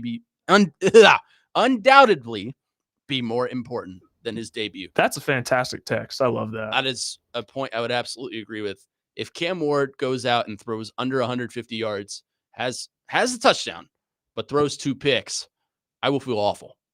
I will not feel good because I will think, well, you could look at it this way. You could look at it. He played a top 5 defense. He played in a road environment, but at the same time, you expect to hit the ground running with your first overall pick, right? You expect to come into this game and see Cam Ward do some stuff that you didn't see last year from Will Levis because Cam Ward is a better player than Will Levis. Cam Ward was highly picked for a reason. He was highly coveted for a reason. Look at the haul that the Giants tried to supply the Titans with to get Cam Ward as their franchise quarterback. I'm not saying he's an elite prospect and he's going to come in here and just be Jaden Daniels or CJ Stroud or what have you, but you expect some sort of competent quarterback play from him because he's the number 1 pick. And look, he's going to go out there and he's going to make some mistakes. Yeah. It's going to happen. He's a rookie quarterback. And I think we need to get that through our minds. Well, the expectation is going to be high when you're the number 1 pick. Of course. Almost like Jaden Daniels. That's what people are going to expect. Yep. But you're not going to get a new that, standard. because you're not going to get that early. You're not going to get that early. So people just have to temper expectations for a little bit, and then we'll see. Just make sure you take those flashes you see with Cam Ward in Sunday's game. Just make sure you take those flashes, bottle them up, and just stay optimistic about those. Because like I was talking right now, rookies are going to make mistakes. Yeah. I mean, I would go into like if he had that stat line, I would say, okay, it's 1 game. Didn't look good.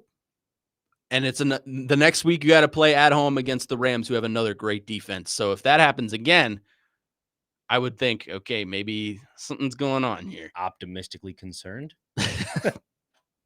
I think we should coin that term. Dr. Crane's optimistically concerned. I'm telling you, man, put that on a t-shirt. Yeah. It would do numbers. Okay. I mean, we'll get your face on there. Let's not do my face. Okay, It'll be like those old shirts that they gave you at Father Ryan, where it just has like all these sponsors on the back. We'd put Nico's on there for you. Yeah, thank you. Much appreciated.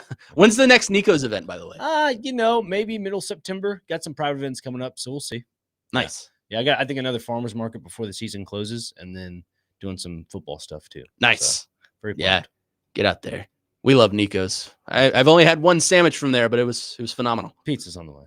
Oh, I mean, I fully expect it. I'm experimenting with some stuff recently with banana peppers. Oh, get that. That's off the air talk, but this is sports talk radio. You don't want to talk about banana peppers on the air? No, let's not. No, I wouldn't. I wouldn't feel good if that's what the Titans said in post-game press conferences. Yeah, we were experimenting with some stuff. No, that's what the preseason's for. Yeah, that's what that's for.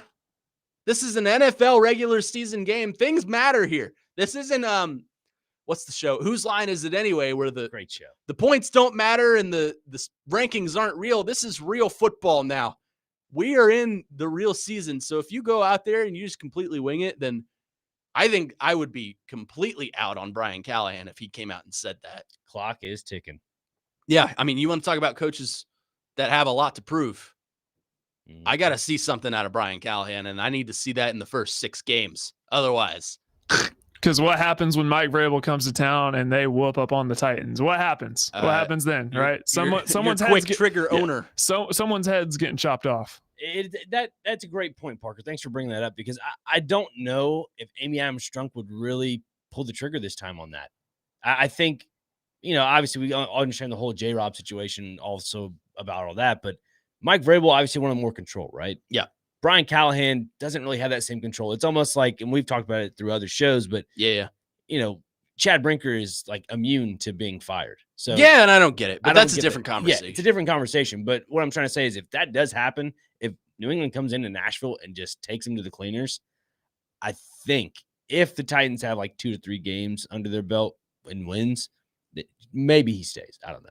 Because Connor, we went through this when we were at Circa, the record. Yeah. And if they're because New England's week 7, so if they're 1-6, they're 2-4, and they drop that New England game, go to 1-7, 2-6, or 2-5, that someone's in trouble. Yeah, and I think that's a fair point. Some comments on the Nico's branding. 7829 says, Nico sells sandwiches? Yeah. Meatball subs and muffalata. Not sandwiches. that Nico. No. Oh, Nico Yamaliava. Yeah, no. He will be selling some sandwiches. Well, he is giving out meals on a platter, if that helps you. Yeah, he is. And they're served up with fumbles and interceptions. Wesson Hermitage says, the words optimistically concerned on a t-shirt inside the frames of Frazier's favorite pair of glasses on a t-shirt would do numbers, man. Like on the shirt and his pair of glasses and one word in each lens. Optimistically and concerned. Those have to be some big lenses. Oh, yeah. Big old lenses. We're talking some Harry Carey type glasses. So thanks, Wes. Appreciate the good ideas. 615-737-1025. We'll continue to take your thoughts on Cam Ward and the Titans. How cautiously optimistic, or optimistically concerned, we should say, are you about the Titans and Cam Ward as they head to Denver in week 1 on Sunday. NFL football is back, baby. I also want to get into, we touched on it a little bit, but do you think this Titans defense will be able to contain Cam Ward? That's up next.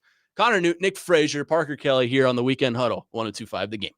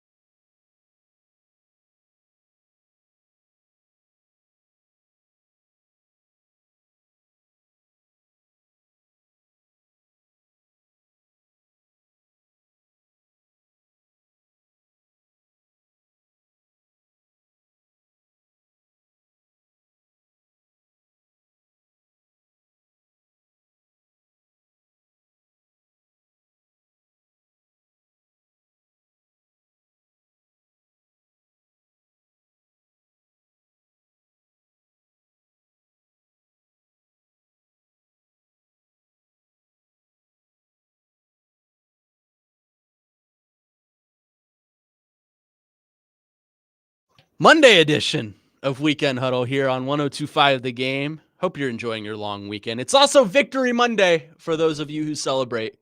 We all here celebrate Victory Monday.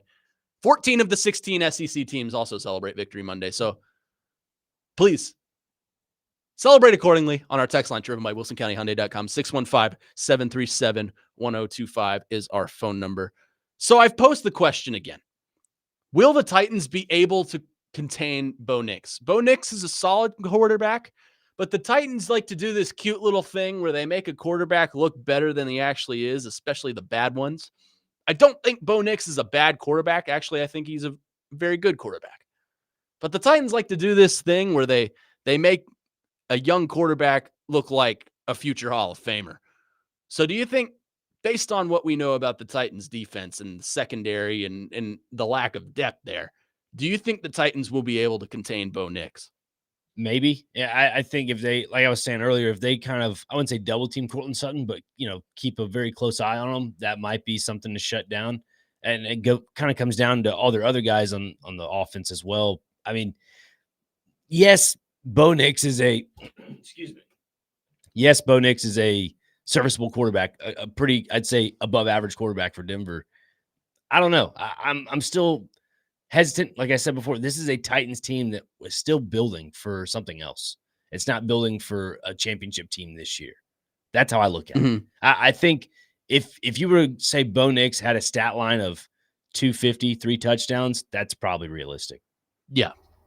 And Sean Payton's whole thing is get the ball out quick. So if Bo Nix is getting the ball out of his hand in less than 3 seconds, and do you really trust the Titan secondary right now? Because No. I have major concerns about the Titan secondary.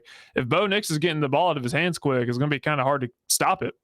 On the secondary front, they have not confirmed it yet, and I doubt they will. Do we really think L'Jarius Sneed is going to be out there week 1 for the Titans? I have a very, very hard time believing that. I think he'll be available. I don't know if he'll be out there a lot of the plays. I think they'll dress him. Yeah. But I don't think he'll be out there. I tend to lean towards that as well. Yeah. He said he'll be ready to go, and the Titans said when he's ready, he's the starter. But is he actually? It's hard to take L'Jarius Sneed at his word. It's hard to take the Titans' word on anything. Really. Exactly. I mean, not that this really matters at all, because they kind of did it without doing it. But did Brian Callahan ever step to the podium this offseason and say, hey, Cam Ward is our starting quarterback this year? They've named him the starter, obviously. He's wearing a captain patch, so they've done it without doing it. But most teams around the NFL go around and say, hey, this is our starter. Brian Callahan, for the most part, seems to be kind of dancing around the fact of who's actually the starter. Like they say L'Jarius Sneed is the starter when ready. I have a hard time believing he's going to be ready week 1 after 0 minutes of practice in the offseason and everything that's going on with him legally. I think that's been reduced significantly, if I'm not mistaken. But I have a hard time believing that he's just going to be plugged in and be L'Jarius Sneed of the Kansas City Chiefs. I think this is last season was the beginning. This is kind of the downward spiral of the relationship between L'Jarius Sneed and the Tennessee Titans. Yeah, I've said this a few weeks back on different shows, but that L'Jarius Sneed of old, I think you can just kiss that goodbye. Mm-hmm. You're seeing a new L'Jarius Sneed, and that's adjusting to injuries and adjusting to just where he can fit into this defense. And yeah, maybe Brian Callahan or whoever else said it, that he would be the starter when he comes back from injury. No, it's going to be until week 3 or week 4 when we see a fully healthy L'Jarius Sneed. Like when I mean fully healthy, I mean starting every single snap, but majority of the plays. I think they're going to use week 1, week 2 as ramping up periods for him, as to building up back into football shape. Because he even said it after practice. I think it was Parker that had the audio after practice that L'Jarius Sneed, or it might have been PK, I don't know, one of the two, that L'Jarius Sneed said, what? I see what you did there, and I do not appreciate. What? You know the ongoing debate. Parker thinks he's the real PK. We all know who the real PK is. Hang on. That was by accident. That was just off. Oh, I know it was. That's what made it funny. That's what made it funny. Sorry, I did not mean to put it that way. But L'Jarius Sneed ended up saying, like, he has to get back into football shape. Like that was something that he mentioned, like just getting back into football shape. So if he's saying that at the end of the preseason, that goes to tell me that's a 3-week ramp-up process. With any injury, it's a 3-week ramp-up process. Yeah, I mean, it is not a plug and play. This is sports in general is not plug and play. There's a lot of conditioning that goes into it. There's a lot of learning the playbook. And I think L'Jarius Sneed probably knows the defensive scheme, having spent 1 year here with Denard Wilson as the defensive coordinator. But you got to get into football shape, like you said.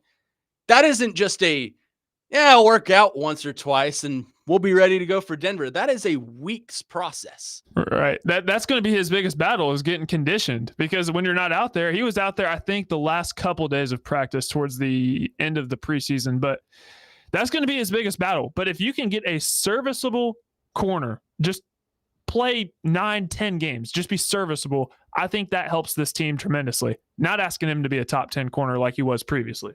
Yeah, and I think they've made strides on the waiver wire to kind of deafen up that corner room. You get, obviously, I don't have them in front of me, and I Jalen apologize. Armour Davis, yes, from Samuel the Womack from the Colts. Indianapolis. Yep.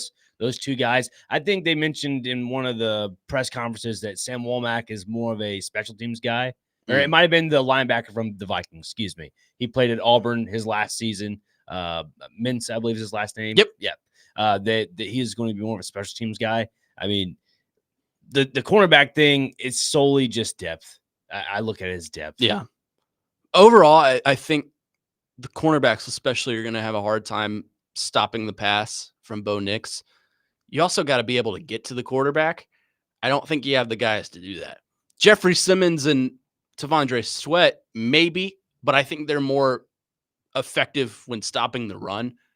You're counting on Femi Oladejo and Arden Key to get to the quarterback. Yeah. And so it's going to be a hard time. Mike Borgonzi mentioned this last week in his press conference about he emphasized 3 technique like multiple times. It's kind of where you line up on the B gap there on the outside shoulder. Mm-hmm. If you're bringing in that much pressure in the interior, it honestly, I see where they're trying to come at this, and it's basically opening up more opportunities for guys like Arden Key on the outside, where maybe they're not the best at their position, but when you continue to beat the middle of the offensive line, that should open up more space. I mean, off the top of your brain, it should open up more space, but will it?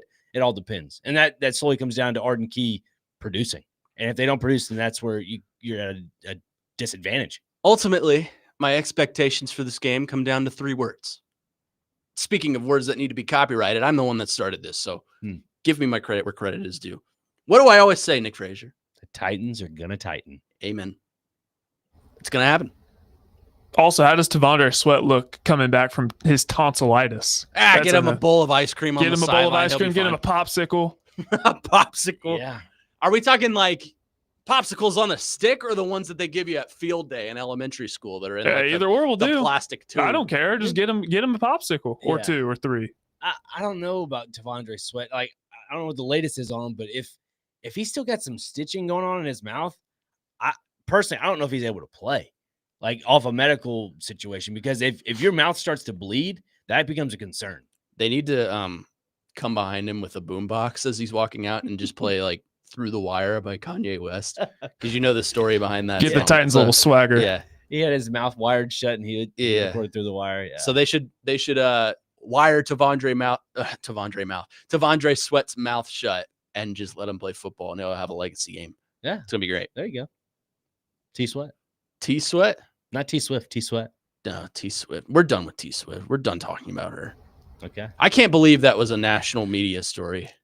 Everywhere. I mean, I can. It was everywhere. I can believe it's a national media story. I can't believe the way I found it out was through like Adam Schefter on a push notification from ESPN. No, you found it out from Chase and Big Joe because they were talking about it for like an hour.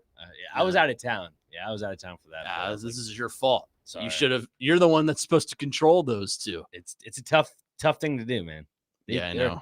There's something else. Trust me, I know. At least they got their sleep in today. Yeah, I didn't hear from Chase McCabe until about 20 minutes ago. Okay.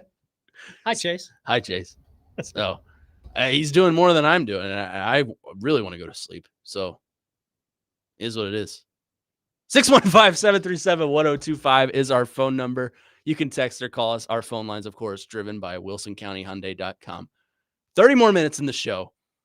And, we talk a lot about bold takes on this show, good or bad. I had a very divisive one yesterday, and maybe it's a completely grandpa take. But I'm curious to hear your take on this, Frazier, and I'm curious to hear the take of our audience.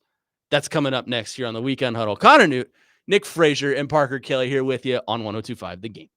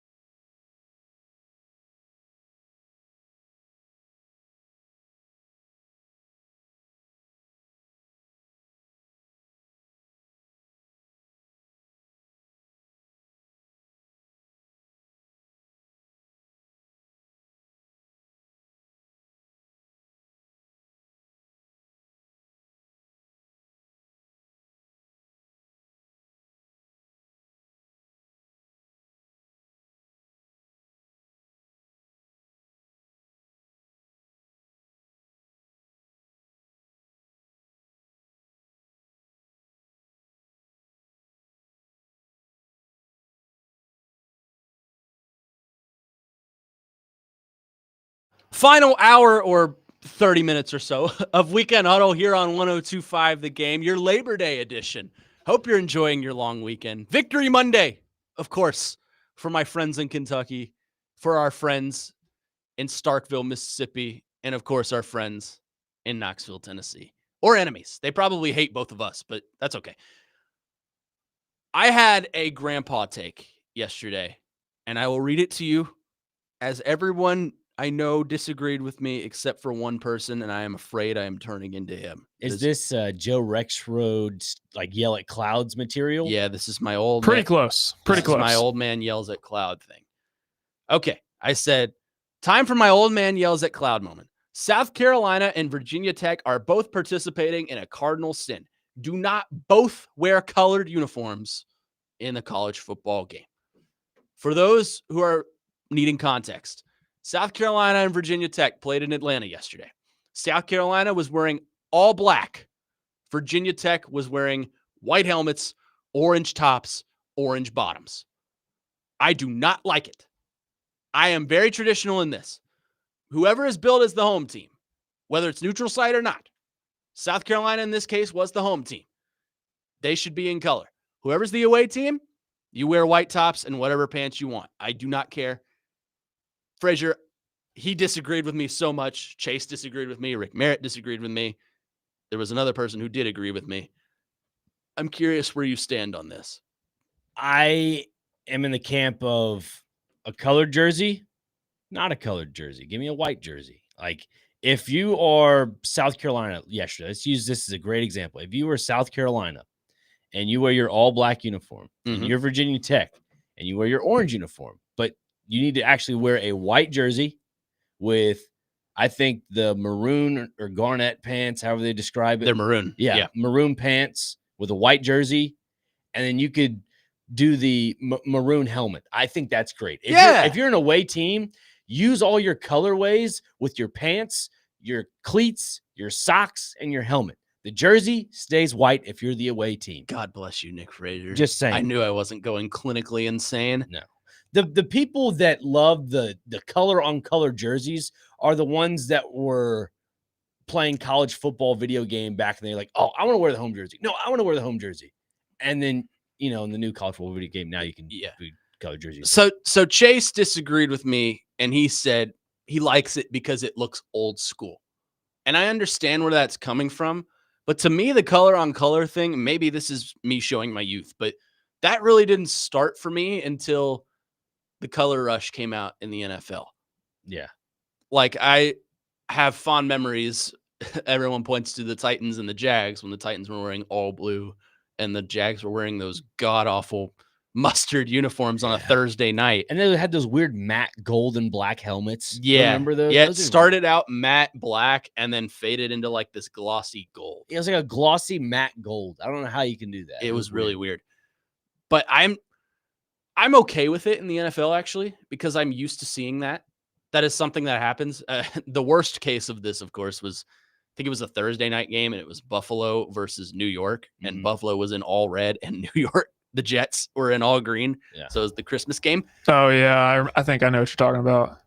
I'm okay with it in the NFL because a lot of teams, they're not associated. Like, it's kind of like the NBA. The NBA doesn't have home, away, or alternate. They have association, icon, and statement, so they can wear whatever they want. I get it with the NFL. Like, if the Titans want to wear home whites here, fine by me. College, I think, is such a traditional sport and such a sport built on the foundation of history that I feel like you should have a home colored and an away colored. I agree with Rick on this one just because it was a neutral site. And there's no true home and away, which you already know how I feel about neutral site. And it's a fair point. General. And he's full of fair points and also burritos. But that's what he said. His words, not me. Okay. But to that point, I say South Carolina was billed as the home team. Whatever team is on the right side of the scoreboard is the home team. Whatever's on the left is the away team. Who had the better uniform combination out of the two? Virginia Tech. I thought so as well. But Virginia Tech shouldn't have been in a position to wear those uniforms because they're away team. I don't know. I like South Carolina's all blackish. It was pretty sweet. It was Big Dubin- Joe does not. Dubin hates Big them. Joe does not. Really? Which I don't get. I don't get it. Now, I think South Carolina should have worn white, garnet, and white and saved the all black for their first night home game. Yeah. Because that would just be awesome. But I like the all black from South Carolina. I especially love their helmets now because they've taken the logo and made it bigger. Mm-hmm. So it goes across the whole helmet. It looks awesome. But that's just kind of my grandpa take on that. Old man yells at cloud. If you can't tell, I get very anal when it comes to the jerseys. Do you know? Yeah. Interesting. The uniforms. Again, are you okay? Yeah. I feel like yesterday I felt like, you know, that scene in Spider-Man 3 where he gets the Venom symbiote and it's just like spreading across his hand and he's looking at it in shock. That's what I felt like because I'm turning into a monster. But I'm glad to see that Nick Frazier agrees with me and I'm not going clinically insane. I do have one issue with, you mentioned color rush. Yep. I think, is the NFL doing those like city, it's like a City Connect jersey sort of. Yeah, the rivalry jerseys. Yeah. The Buffalo Bills look like the color rush of the Oakland Raiders or Las Vegas Raiders, and the With Patriots. The Patriots have literally the identical jersey combination. They're both white. And I was looking up online, it said that they're going to wear those jersey combinations between week 14 and week 16. Well, in week 14 or week 15, guess who they play? The Patriots. So is it going to be a white on white combination? Like what's going on here? I'm not a huge fan of the City Connect in the NFL because I don't think it really serves a purpose. Right. The Titans are going to get one next year.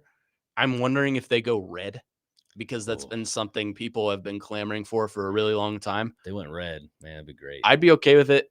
I'd also be okay with black. Really? Black with light blue piping. What about like a gray number? I think you should do like gray number, light blue piping, and a black jersey. Yeah. Okay. That'd look cool. I think people just want to see black and then red jerseys, all black. It's hard to mess up all black, all white, I feel like, in a red jersey. I'd love to see it. I mean, I felt like such a grandpa putting that out yesterday. I was like, I know I'm an old man yelling at a cloud. I'm clearly in the minority. People seem to disagree about my color on color take. The other thing in uniforms that drives me crazy, I hate when teams wear the same color helmet, especially white. Now, if it's traditional, I understand. Like, who was it last year? Penn State and SMU in the college football playoff last year. Both only have one color helmet, and that's white, which is fine. But if you have the option, like Kentucky goes on the road to Neyland or something, and Kentucky decides to wear their white helmets against Tennessee's white helmets that are traditional and look great, then I got a problem. Yeah. And normally Tennessee, they're normally in their Halloween ones, right? Yeah, it's a weird thing. But if they're not, they're in, the traditional white, orange, white, and Kentucky will wear blue helmets, white tops, blue bottoms, and it looks fantastic. Yeah. I just like all white jerseys. It just makes it makes you look clean. It makes you seem like you're running faster. Like in high school, I remember we all had like white cleats. Some of us didn't. Just you run faster. Simply what it was. You remember when Nike Elites were the thing back in the day? Oh, yeah. Everybody had to have a pair. Made you jump higher, run faster. Yeah. That's what I told my mom to get me in order to have her get me some. Did it make you stronger? Did it make you faster? I felt better. It just made him do it, man. Just do it. Look good, feel good, play good. Yep. Yeah, that's what Coach Prime says. Where's his theme music? That's he needs. Play my theme music. There it is. Yeah. Did you see Coach Prime the other day? He was running down his, hard and fast rules about players going in class. I love it. Love it. But here's the thing. He's like, I don't want to see you in hoodies. I don't want to see you in slides. Guess what he was wearing? Hoodies and slides. Hoodies and slides. He's like, they call him Unk, right? He's the Unk. Yeah, he is Unk. Right? You mentioned Colorado real quick. I just want a little quick tangent. Yeah. What are your thoughts on that Georgia Tech game? I thought Colorado played decent. I think Caden Salter, he showed up for the occasion. They played well, but they blew it down the stretch. Obviously, yeah. Georgia Tech had 3 turnovers in their first 3 drives and yet still won the game, which I think is very disappointing on Colorado's part. But Caden Salter did not play bad. I will say that. No, he didn't play bad.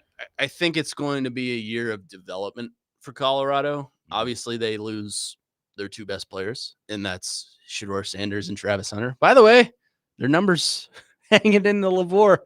does not look great to me. I there's a reason Shedeur Sanders went 9-8 and lost his bowl game, and that's because he was fine. He wasn't a great quarterback. He wasn't awful, but he wasn't this Hall of Fame level quarterback that DN pumps him out to be. Yeah.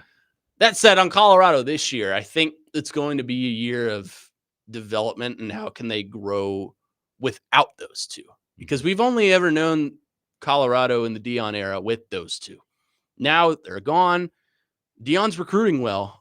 He's getting good players. Caden Salters, he's a senior, so this is his last year, and he's been like to 8 different colleges. That dude goes everywhere. But this is kind of, to me, a bridge year for Colorado until they start getting their young guys in and start developing them into kind of the Big 12 powerhouse. Right. To me, they're middle of the pack this year. That's fair. That's just kind of where I stand on them. I was just surprised. Like I was kind of high on Caden Salter coming from Liberty. I'm just like, maybe he might not be too bad. And sure enough, he I think he rose to the occasion. So yeah, he looked good. I think their offensive line is a lot better. Yeah, it's a lot better. Yeah. Their defense is what blew it, because they had 3 turnovers in the first quarter against Georgia Tech and then still lost the game. Yeah. So that kind of tells you how the defense looks for Coach Prime and company. And the defense already is not very good. Neither is the offensive line. Their right tackle's fine, but the O-line looked better than last year. It's still not where it needs to be. It's not great, but it looks better. It's not like you're watching Shedeur Sanders scramble for his life. You know what I mean? Poor guy. Yeah. Shedeur Sanders. Which Caden Salter is a much better scrambler. Yes, he is. Yeah. Shedeur Sanders, QB3 of the Cleveland Browns. I'm surprised he made the roster, to be honest. Gabriel, baby. Dylan, save the Ducks. My guy. By the way, our prayers are up to the people of Eugene, Oregon after the tragic accident that they witnessed. You know what I'm talking Just about? horrific. Puddles the duck came running out of the tunnel, tripped, and lost his head. No. Yes. This is the second time it's happened, too, as of recent. It is. It looks like Puddles needs to get some new shoes. Poor Puddles. Tape his head onto his shoulders or something. I was, like you, surprised to learn that Puddles the duck is not an actual duck. I thought you were talking about the shellacking they put on Montana State. I was like, yeah, I saw that. No. Wow. This is a tragic incident. T's and P's to Puddles the duck. I mean, R.I.P. the people of Eugene need to band together, and we need to create a memorial for Puddles the duck outside of whatever lily pad he lives on. That's our rallying point. We rally around Puddles the duck. You can go back to your thing. Save the ducks. I mean, Puddles the duck is the mascot I will defend until the end of time. He's the greatest mascot in all of the universe. Not even close. And it's not close. 615-737-1025 is our phone number. Last call for your texts and phone calls on our text lines driven by WilsonCountyHyundai.com. When we come back, we'll wrap it up with America's fastest growing new favorite game. Where are they now? Nick Frazier and I will go head to head. Parker Kelly, since he is in the winner's corner based off of last game, he will host. We are broadcasting live from the Busy Bee Plumbing, Heating, and Air Conditioning Game National Studios, home of the $99 yearly Beehive membership, where the buzz is always about great service. Where are they now? Coming up next on Monday edition of Weekend Huddle, Connor Newt, Nick Frazier, and Parker Kelly right here on 102.5 The Game.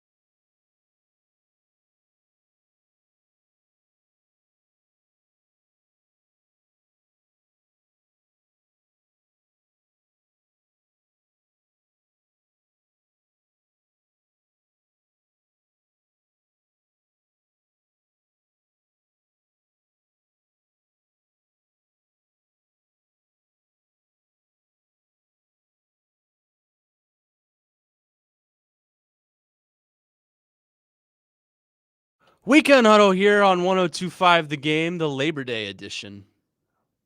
I cannot reiterate enough. I hope you're enjoying your day off of work. And if you aren't off of work, I hope you have a relaxing night. If this song is anything convincing of that. Bob Marley, you can't go wrong. I mean, this song, I'll use a cliche, but this song just makes me want to lay out on a beach and just not worry about a thing. Because everything is going to be okay. Everything will be all right. Every little thing. As we wrap up the show on this beautiful Monday, Labor Day, the first day of September, we close out with America's fastest rising game and a game that has quickly become a fan favorite from you all. Where are they now? I'll reiterate the rules of the game. It's 5 players, and we have implemented coaches now. You can now do coaches. Where are coaches coaching now? They have been implemented to the game after a long appeal from the people of New York. We have settled a lawsuit and come to an agreement. The first 3 players / coaches have to be in North America. That is the United States, Canada, or Mexico. And the other 2 can be anywhere throughout the world overseas. 1 point for the correct league, 2 points for the exact team. Are we ready, gentlemen? Oh, also in the event of a tiebreaker, you will be given a career path of a player based on their respective sport. Your job is to name that player for all the marbles. Love it. Gentlemen, are we ready? Let's do this thing. Take it away. Hit that music. All right, Parker, who is first up? All right, here we go. Our first one, courtesy of Connor Newt bringing this up to me before we got on the air. Where is former Western Kentucky quarterback Bailey Zappi? I have no idea where he is, by the way. We were literally just naming random players, and I was like, where's Bailey Zappi? Leads college football and passing yards and ever, actually. Let's see. Bailey Zappi with the Western, drafted by the Patriots. Oh, man. Bailey Zappi. I know he's in the NFL. Yeah. Oh, boy. Bailey Zappi. I just saw him in a preseason game. I know, I did too, but I can't remember where it was. I'm going to go Dallas. Connor? He's in the NFL. I'm going to go Miami Dolphins. Okay, you're both right that he's in the NFL. However, this team may surprise you. Bailey Zappi is a current member of the Cleveland Browns. Dang. Oh! Wow. Interesting. All right. So we are tied at 1. Moving on to number 2. Where is former 5-star recruit, basketball player out of Webb Bell Buckle, former Tennessee Volunteers basketball player, Keon Johnson? Oh, Keon Johnson. Why don't you go first, Freddie? Okay. Let's see. I'm going to go with the G League. And he plays for the Utah Jazz affiliation. Okay. I'll also go G League. I will go the Blue Coats, which is the Boston Celtics affiliate. He was in the G League. However, now he is in the NBA. Ah, good for him. Playing for the Brooklyn Nets. Ah. He averaged 10.6 points per game last year. Good for him. Good for him. Go Cats, but good for him. All right. Moving on to number 3, sticking with our MTSU theme here. Where's former MTSU quarterback / assistant coach, MTSU legend, Brent Stockstill? Oh, I actually know this. Do you? I think. Brent Stockstill is an offensive analyst for the Indianapolis Colts. Oh, I am going to say he's in college and is involved with USF. That's my educated guess. He was involved with USF. Connor, I am going to give this one to you since you were so close. He's a defensive analyst for the Colts. But he is on the coaching I'll still staff. give it to you. Okay. I'll still give it to you. He Let's is go. an analyst for the Colts, so Connor is up. That's 2-1? weird. 3-1. 3-1. That's right. Wow, that's weird. A former quarterback is a defensive analyst. When did he transition from USF to Indianapolis? Well, he was with I think that was his prior stop prior to Indianapolis. Yeah. Gotcha. Well, did he follow his dad to Florida State? Yes, he was there for a bit. I'm looking him up right now, but I do know. And then Rick is at USF now, I think. I thought I had that one for a second. Man. Yeah, I don't know how I knew that. So he was at Florida Atlantic as a player personnel assistant. South Florida, went back to MTSU for 3 years, and then now he is with the Indianapolis Colts. Gotcha. Okay. Man, so close. That is Okay. weird. A former quarterback is a defensive analyst. Well, Corey Heatherman, who's the defensive coordinator for Miami, was a quarterback in college, and now he's a defensive coordinator. So maybe that's a trend. it is weird, but yes, it does happen. All right, moving to international waters. Oh, boy. Where is VFL Zakai Ziegler? Oh, He plays overseas? Yeah, where else would he play? G League? No, No? he's not good enough for that. Oh, Zakai Ziegler. I'm going to go. He plays in Europe, but I got to make country. I got to say country. Don't be D-Mace and just say, yeah, he's overseas. He plays over the pond somewhere. Yeah. I wish I could do that. I'm going to go. He plays in Spain, and he plays for the Barcelona FC. I'll go. He plays in Italy. Oh, I don't know if this is an actual basketball team or not, but I'll go with your AC Milan. He plays for France. Oh, For- so close. Or in France. He plays in Paris, to be exact. For, I don't know how to pronounce this, Nanterre 92. Oh, man. I was actually very close geographically. Okay, So it is 3-1 3-1. in favor of me. Okay, I have two right here that I'm debating on which one to use because I do have a tiebreaker. But I'll go Nigel. Where is former Gonzaga Bulldog basketball player Nigel Williams-Goss? Oh, yeah, he was good too. Oh boy. I'm gonna go. Oh, this is tough. I'll also throw the tiebreaker in there at the end just for Yeah. kicks and giggles. He plays for the Turkish Basketball League. And, It's actually pretty close. oh man, Turkish Basketball. Just gave you a hint, League Connor. and- Well, I don't know my geography, so that doesn't help me that much. Did you name a team? I'm sorry. No, cut I you off. did not. I don't have a team. Okay. There's no way I can name a team from Turkey. He's playing in Portugal for the Portugal Eagles. He is playing in, this is popular for basketball players, Lithuania for the Zalgiris Kiwanis. Koalas. Kawana is my favorite animal. I think it's koala. Koala. We don't do animals on the show. Yeah, pretty close. All right, I just want to throw the tiebreaker just to see if you know this. All right. Where is former Penn State defensive coordinator Tom Allen? Tom Allen. Also was the head coach at Indiana. Tom Allen. I know we're quick on break here, so I think Tom Allen is still in college football. No, this is overseas. Oh, this is just tiebreaker. This is just Okay, this is yeah. just for fun. I've already won. Okay. No, dang it. He plays, not plays. He coaches in the XFL for the Houston Roughnecks. I'll say he's I think he's still in college for Idaho State, the Vandals. He's the defensive coordinator at Clemson. Ah, Oh, that's my program.